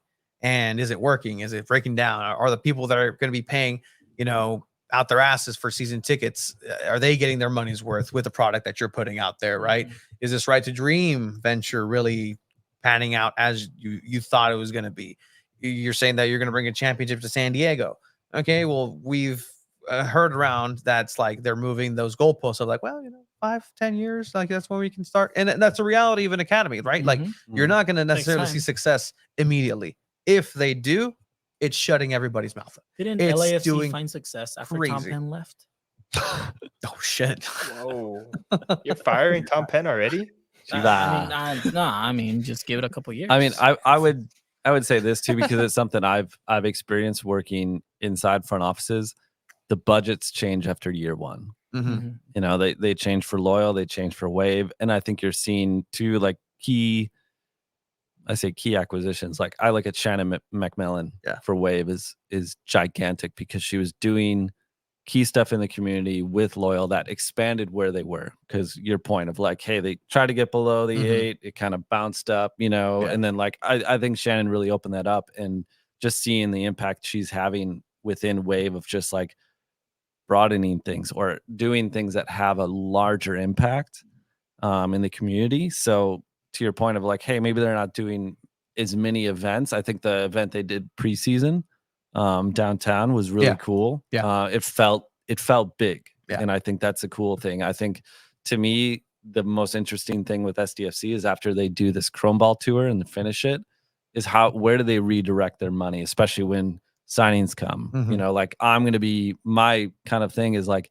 where are they going to go in the community? What initiatives are they going to attach to? Is it going to be more event based, or is it going to be more impact, off the pitch, not necessarily soccer, but hey, we're helping, homelessness here, or we're helping do this. Like I'm really key to see where that is. And then after that first year, where you see kind of like that social like energy go in terms of like what they're kind of focusing on. So I think some of this is like, I just want to be in wait and see. I think too, I pay attention to like NFL and quarterbacks, and I feel like people sort of like alienate players after a week or two. And it's like, hey, let's like, so let them have the year. Let's see what happens. And I think, this was a case where, because there's no games and there's nothing happening, a comment like this is going to be boom. And then, it's going to go crazy. And, now being removed from it, I think it's just like, my idea talking about this tonight was just, I think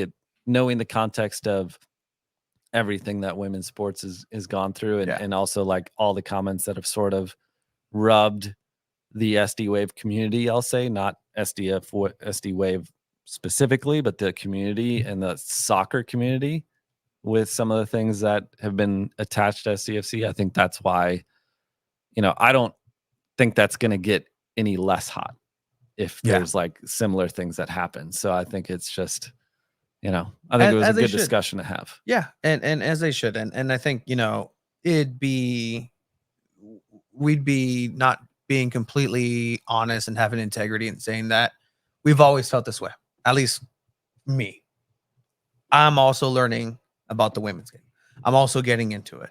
I'm also understanding what it takes day in, day out. These are professionals. These are individuals. These are people. These are human beings.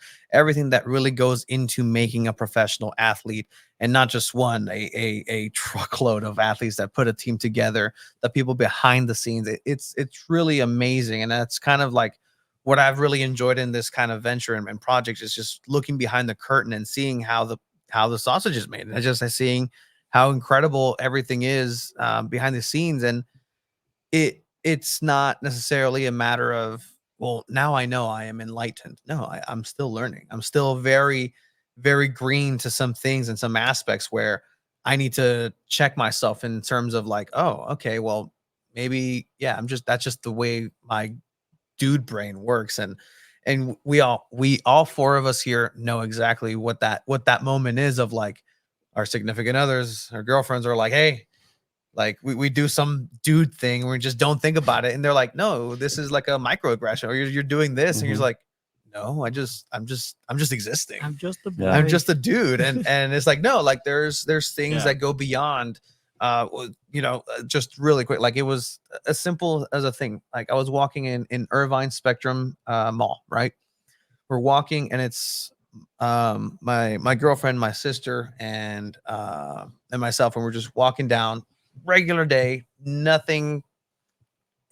It was just a regular day. They stop and they start talking to this random teenager, and they're like, hey, I haven't seen you in a while, and this and that, and oh, what are you doing here? Like, oh, you're still going to middle school, or I haven't seen you since middle school. It's like first of all, who is this person that they're talking to, and what's going on? I've never like seen him, and it's like, okay, what's going on? Turns out this was just a random girl who was being made felt uncomfortable by a much older man and speaking to her in a way that made her uncomfortable. And my girlfriend and sister immediately recognized that, where I literally just walked by, and even while they were having the conversation, I did not clock that. And it's just like, it's not necessarily that I intend to ignore those things. It's just, I don't know. I'm not and once they explain, I'm like, oh shit, like that's okay. Like, fuck, like that's intense. Like I didn't see that. The guy ended up just walking away, and then I just kind of turned into an enforcer of like, yeah, walk away type of thing. But you're just it's that veil that's covering everybody, and it's being able to put it up from time to time and be able to take new inputs. And I think in the realm of women's sports and in general, it's just like I have a deeper appreciation for what their contribution is to the sport. And that's again what needs to be respected is the sport. Once the game starts, it's just a fucking game. It's just a game. We're having fun. It's great. There's impact at the end. It's life or death in some aspects, where this is literally giving some people, an outlet in their challenging lives and making a life for themselves and a name for themselves, being able to bring a family out of poverty. And this is something that Right to Dream is poised to do, and saying that they can provide all these things. Like it's very ambitious, but I think at the end of the day, consideration needs to be taken in every aspect. And look, for a multi-million-dollar corporation, I think it'd be important to, make some of that money back and do smart moves and be a little bit more synergistic. Yeah. And, talking about this, it makes me think of a situation with SD Wave where, I think for their entire existence, people have been asking for a Mexican player. And something that stood out to me after the last home game, which was Maria Sanchez's first home match as a Wave player, I saw numerous older Mexican women in their 50s, in their 60s, holding a Mexican flag and almost like fangirling out. Yeah. And it's just a reminder of representation mattering so much, especially to this market.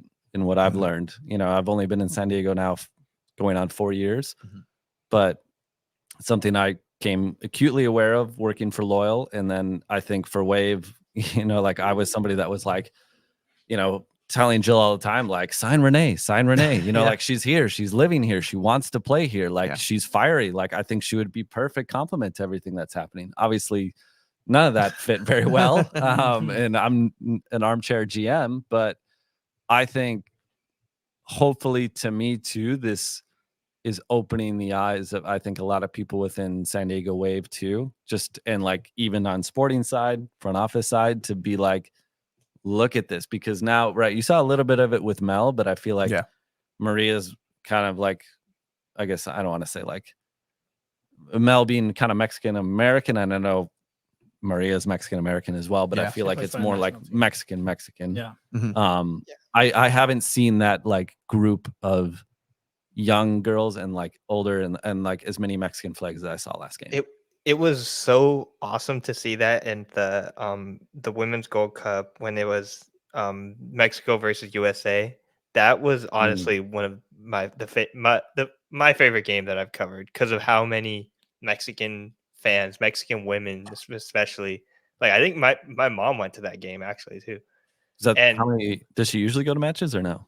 She lives in LA, so she goes to a lot of Angel City games actually. But just like to see that level of like people, I think the Mexican women's national team, they put out a video on Instagram of like this old woman who just worked at the stadium, and she was talking about how she like never got to watch this on TV, and she was just crying because she was like, you know, I always dreamed of being a player one day, and like I never got to play, but getting to see them play, just like, it's something that's so crazy that in our lifetime that we don't realize, like, oh yeah, our moms probably never got to play or watch people play at this level, and now it's actually happening in front of us, and we kind of have to, we should be celebrating. It's really beautiful.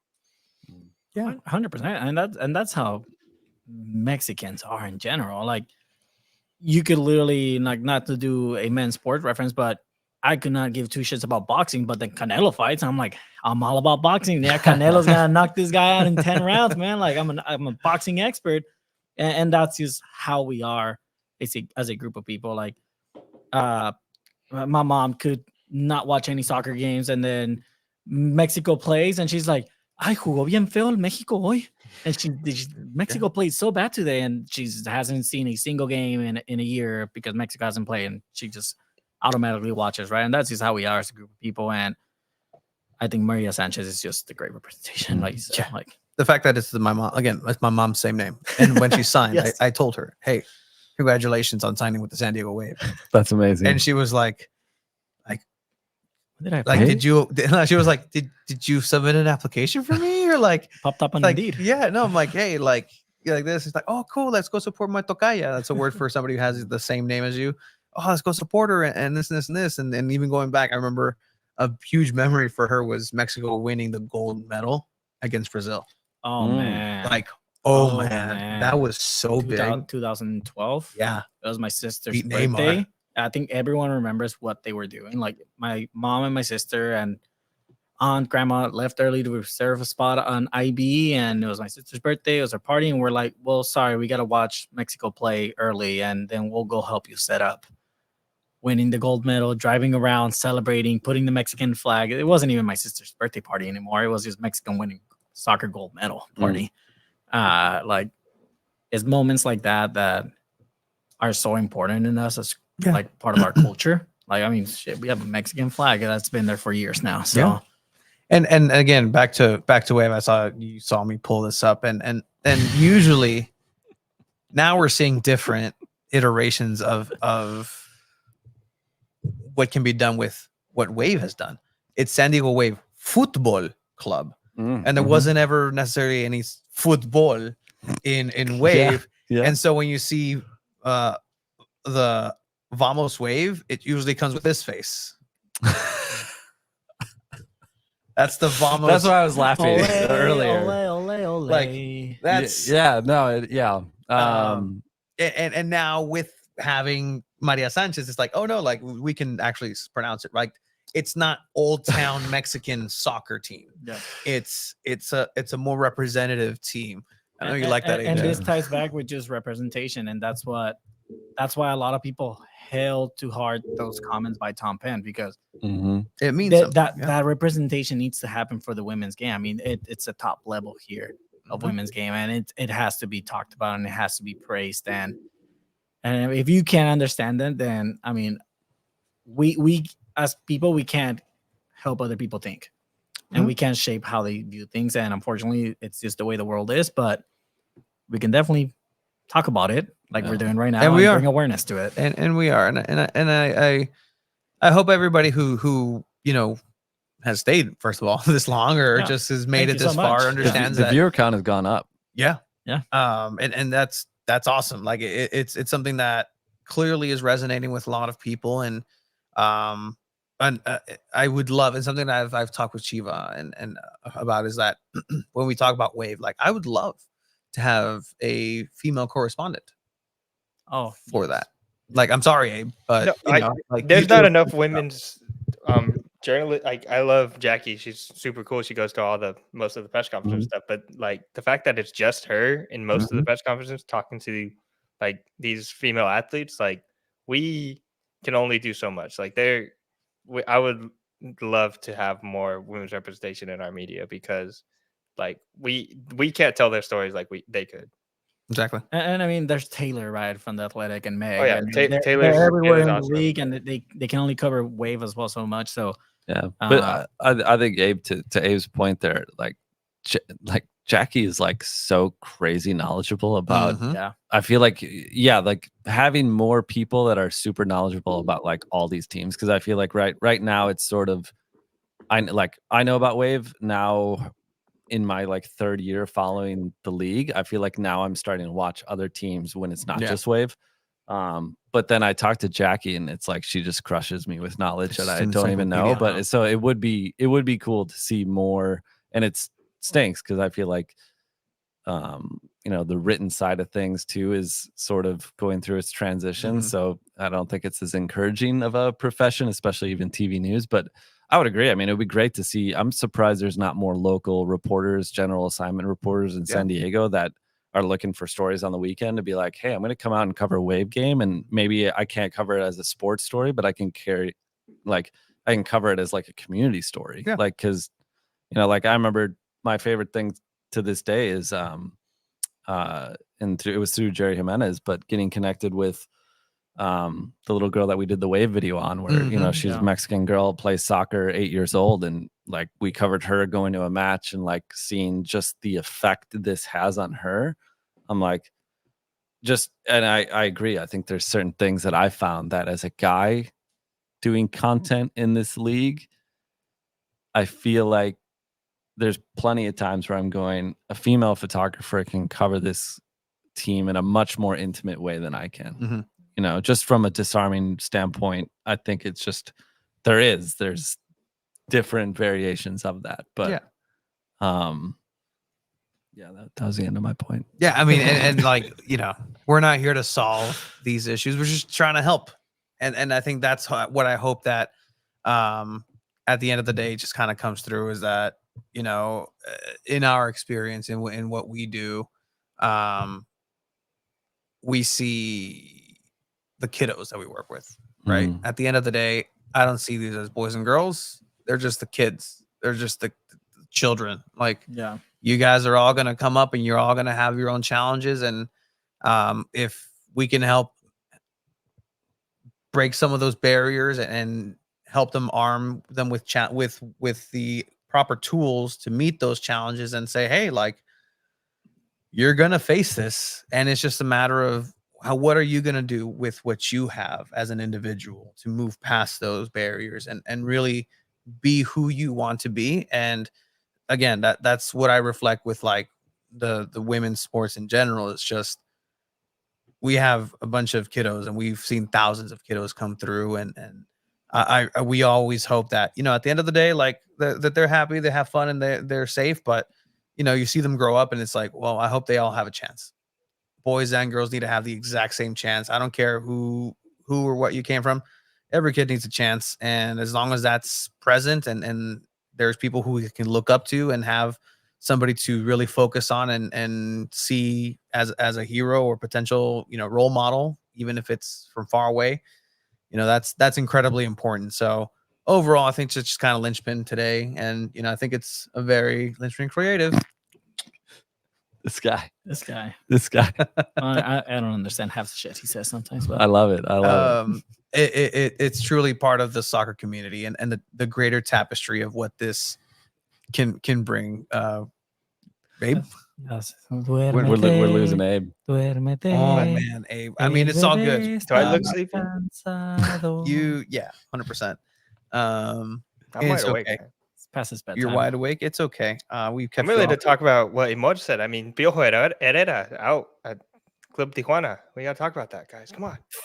You know what? I think at least from a NWSL standpoint, I think doing starting this year with the integration with the Liga MX Femenil. Mhm.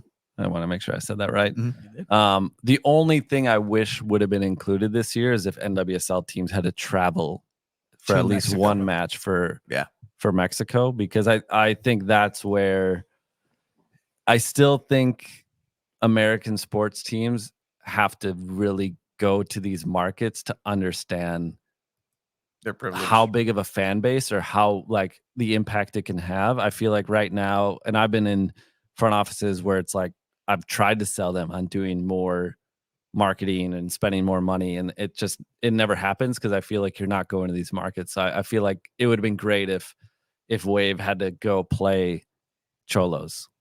Like, Yeah, I think that would have it's been easy. awesome. Or make it a hub. And yeah. then the Mexican teams, that's their home base, Mhm. right? You're still traveling abroad. Let these NWSL teams go play at Tigres Femenil against in front of 68,000 That'd be fans. oh my gosh. I would like that would be That's a the type dream. that's the type of pool that they have.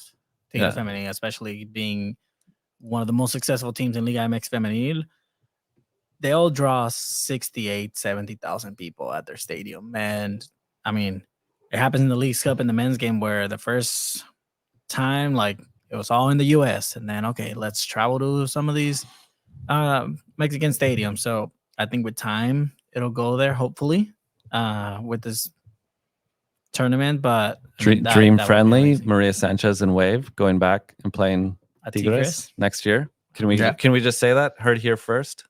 Heard it here first. We're calling Wave at Tigres I mean, next year. We heard it here first. That I wanna SDFC was going to happen. So Yep, I want to absolutely. see Wave and Without America rematch because they're gonna play this already at Snapdragon, so they need to have a rematch at Estadio Azteca. That'd be awesome. Yeah, That's the one game my grandpa's an America fan. I told him, "Oh yeah, America's coming." He was like, "Oh, maybe I should go." I was like, all of a sudden he wants to go. But I mean, that's the pool that kind of just the America brand. All of a sudden, it's like, oh, maybe I should go to a game, and it's like, it's crazy because, man, I'm gonna throw somebody under the bus, but I don't care. Kind of. No, it's fine. It's the personal connection where it's a cuñado. And that's what I used to be called. Oh yeah, Cuñado. hey, there you go. Cuñado. Cool. not coño. No. Oh shit. The Cuban. That just means you're a nice person. Yeah. But a cuñado who's an America fan, you mentioned it, and doesn't have the most solid base on just women's rights in general and just women equality, and it's just kind of an old school type of thinking. That was announced. America's Femenil is coming, and we were like, I'm going to be there.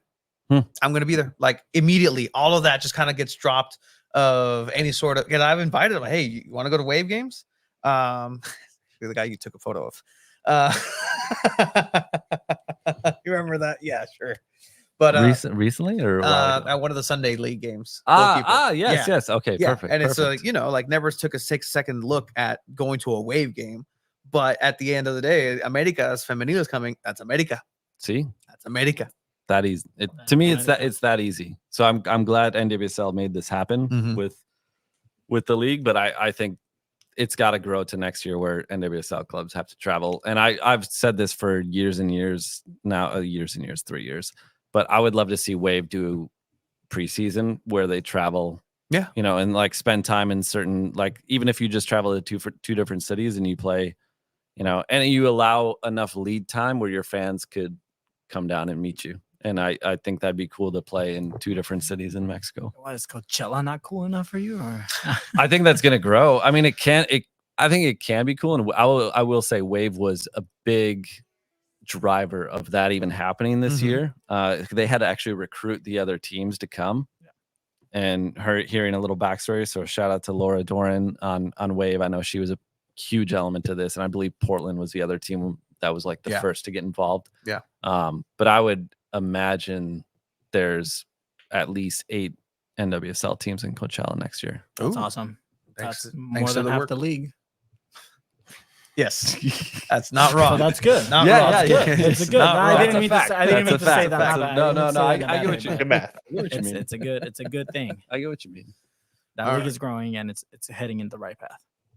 Last question. Yes. Because I know we probably want to wrap up. We're hitting 3 hours. Mm-hmm. Who makes a bigger signing next? SD Wave or SDFC? The first SDFC, or not the first, but the first franchise player has to come soon. I think. Wait. I'm trying to think I because don't I've- think Wave is done. because I've heard that exact same thing, that Wave is not done and they are There's- ready to potentially make Hey, a when big is There's it splash. there's one more international slot. There's one international slot. Mm. We don't know who it is yet, but the Wave are going to sign Mm. someone in that one international slot. When's the Be transfer reckless, Abe. deadline? Say Or someone. trade deadline. Be reckless. What? I'm not going to be reckless. No. The trade deadline, the transfer deadline is sometime in the summer. I'm not sure what day. I got to look that up. 3 more hours. My mom is gonna text me. Mijo, ya son las pinches 11. It's 11. Yeah, Like, yeah, no, um, So Abe, you don't have any? Do you have a thought on who they might be targeting? If you or even just like your thought of like, hey, it'd be awesome if they're targeting this player. like who can be a bigger potential signing than what already happened with Maria Sanchez internationally? I have a feeling it'll be from England, just based on what Mm. Casey Stoney has kind of hinted at during the preseason press conferences.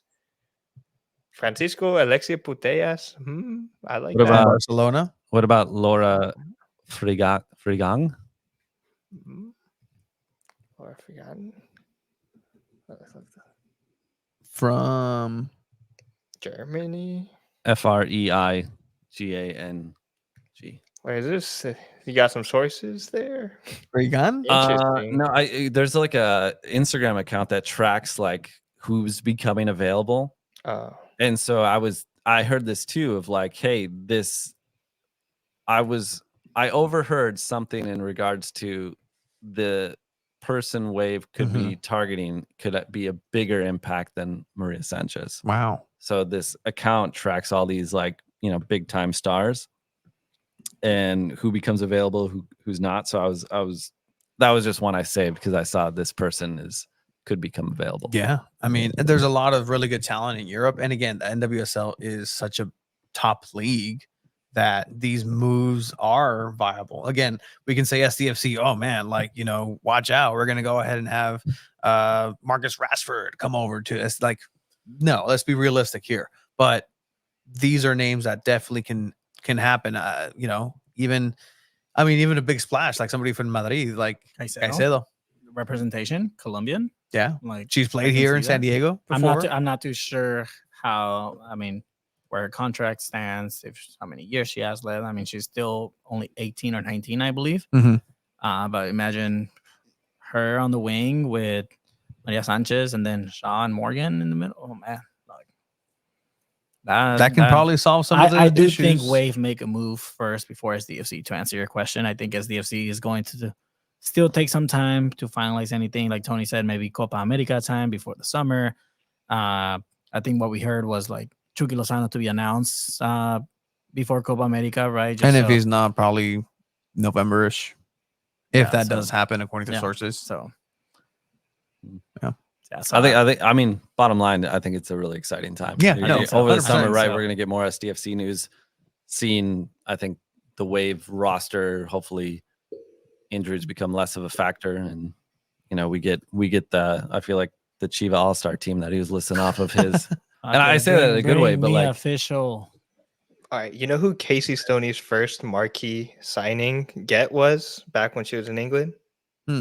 Lauren James. No, not the Chelsea player, right? Yeah. that The was Chelsea first- player. Okay, Yeah. cool. Chelsea. I He's mean, absolutely destroying.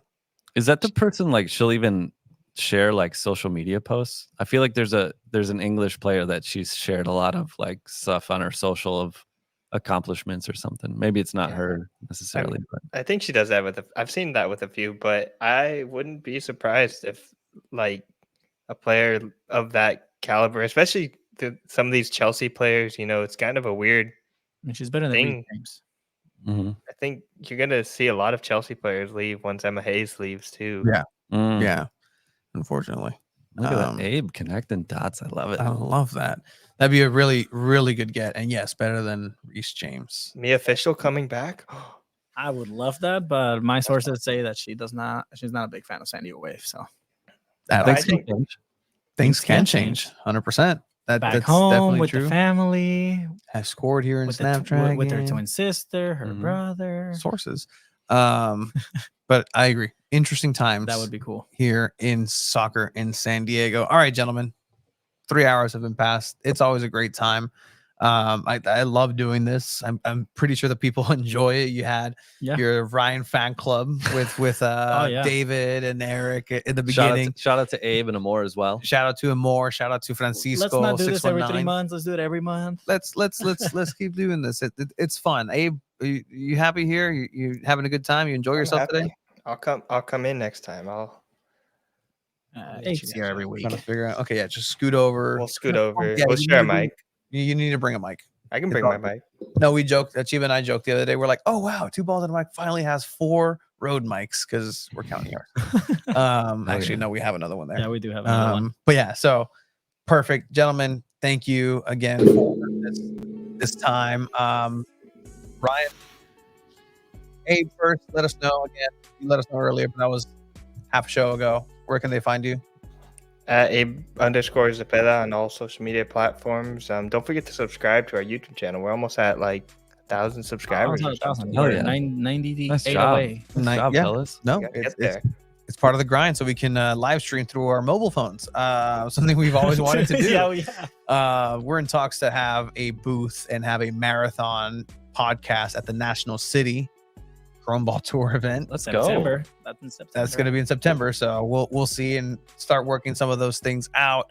Ryan, thank you for coming in. Appreciate down it as always, south. guys. The Imperial Beach smell has taken over this garage. I've noticed that. Yeah. It's a thing. Please tell everybody where they can find you and your work. Young the Ryan. I post more probably vacation stuff than I do soccer stuff, but now that I'm back, eager to share more wave stuff, so I'll be posting more. Linchpin Creative? Yeah, the website has some good stuff. It's a work in progress, but it's there. It's great stuff. That's what it is. Thank you everybody who's joined us tonight. Trevor Flores, great stuff. Oh, Fantastic. amazing, Great, fantastic. Sean, SD fantastic. Yeah, Sean, call the sirens. SDFC, please make sure that you take notes of the positives, and there wasn't any negatives. Season's greetings to everybody. Bye, guys. Good night, guys.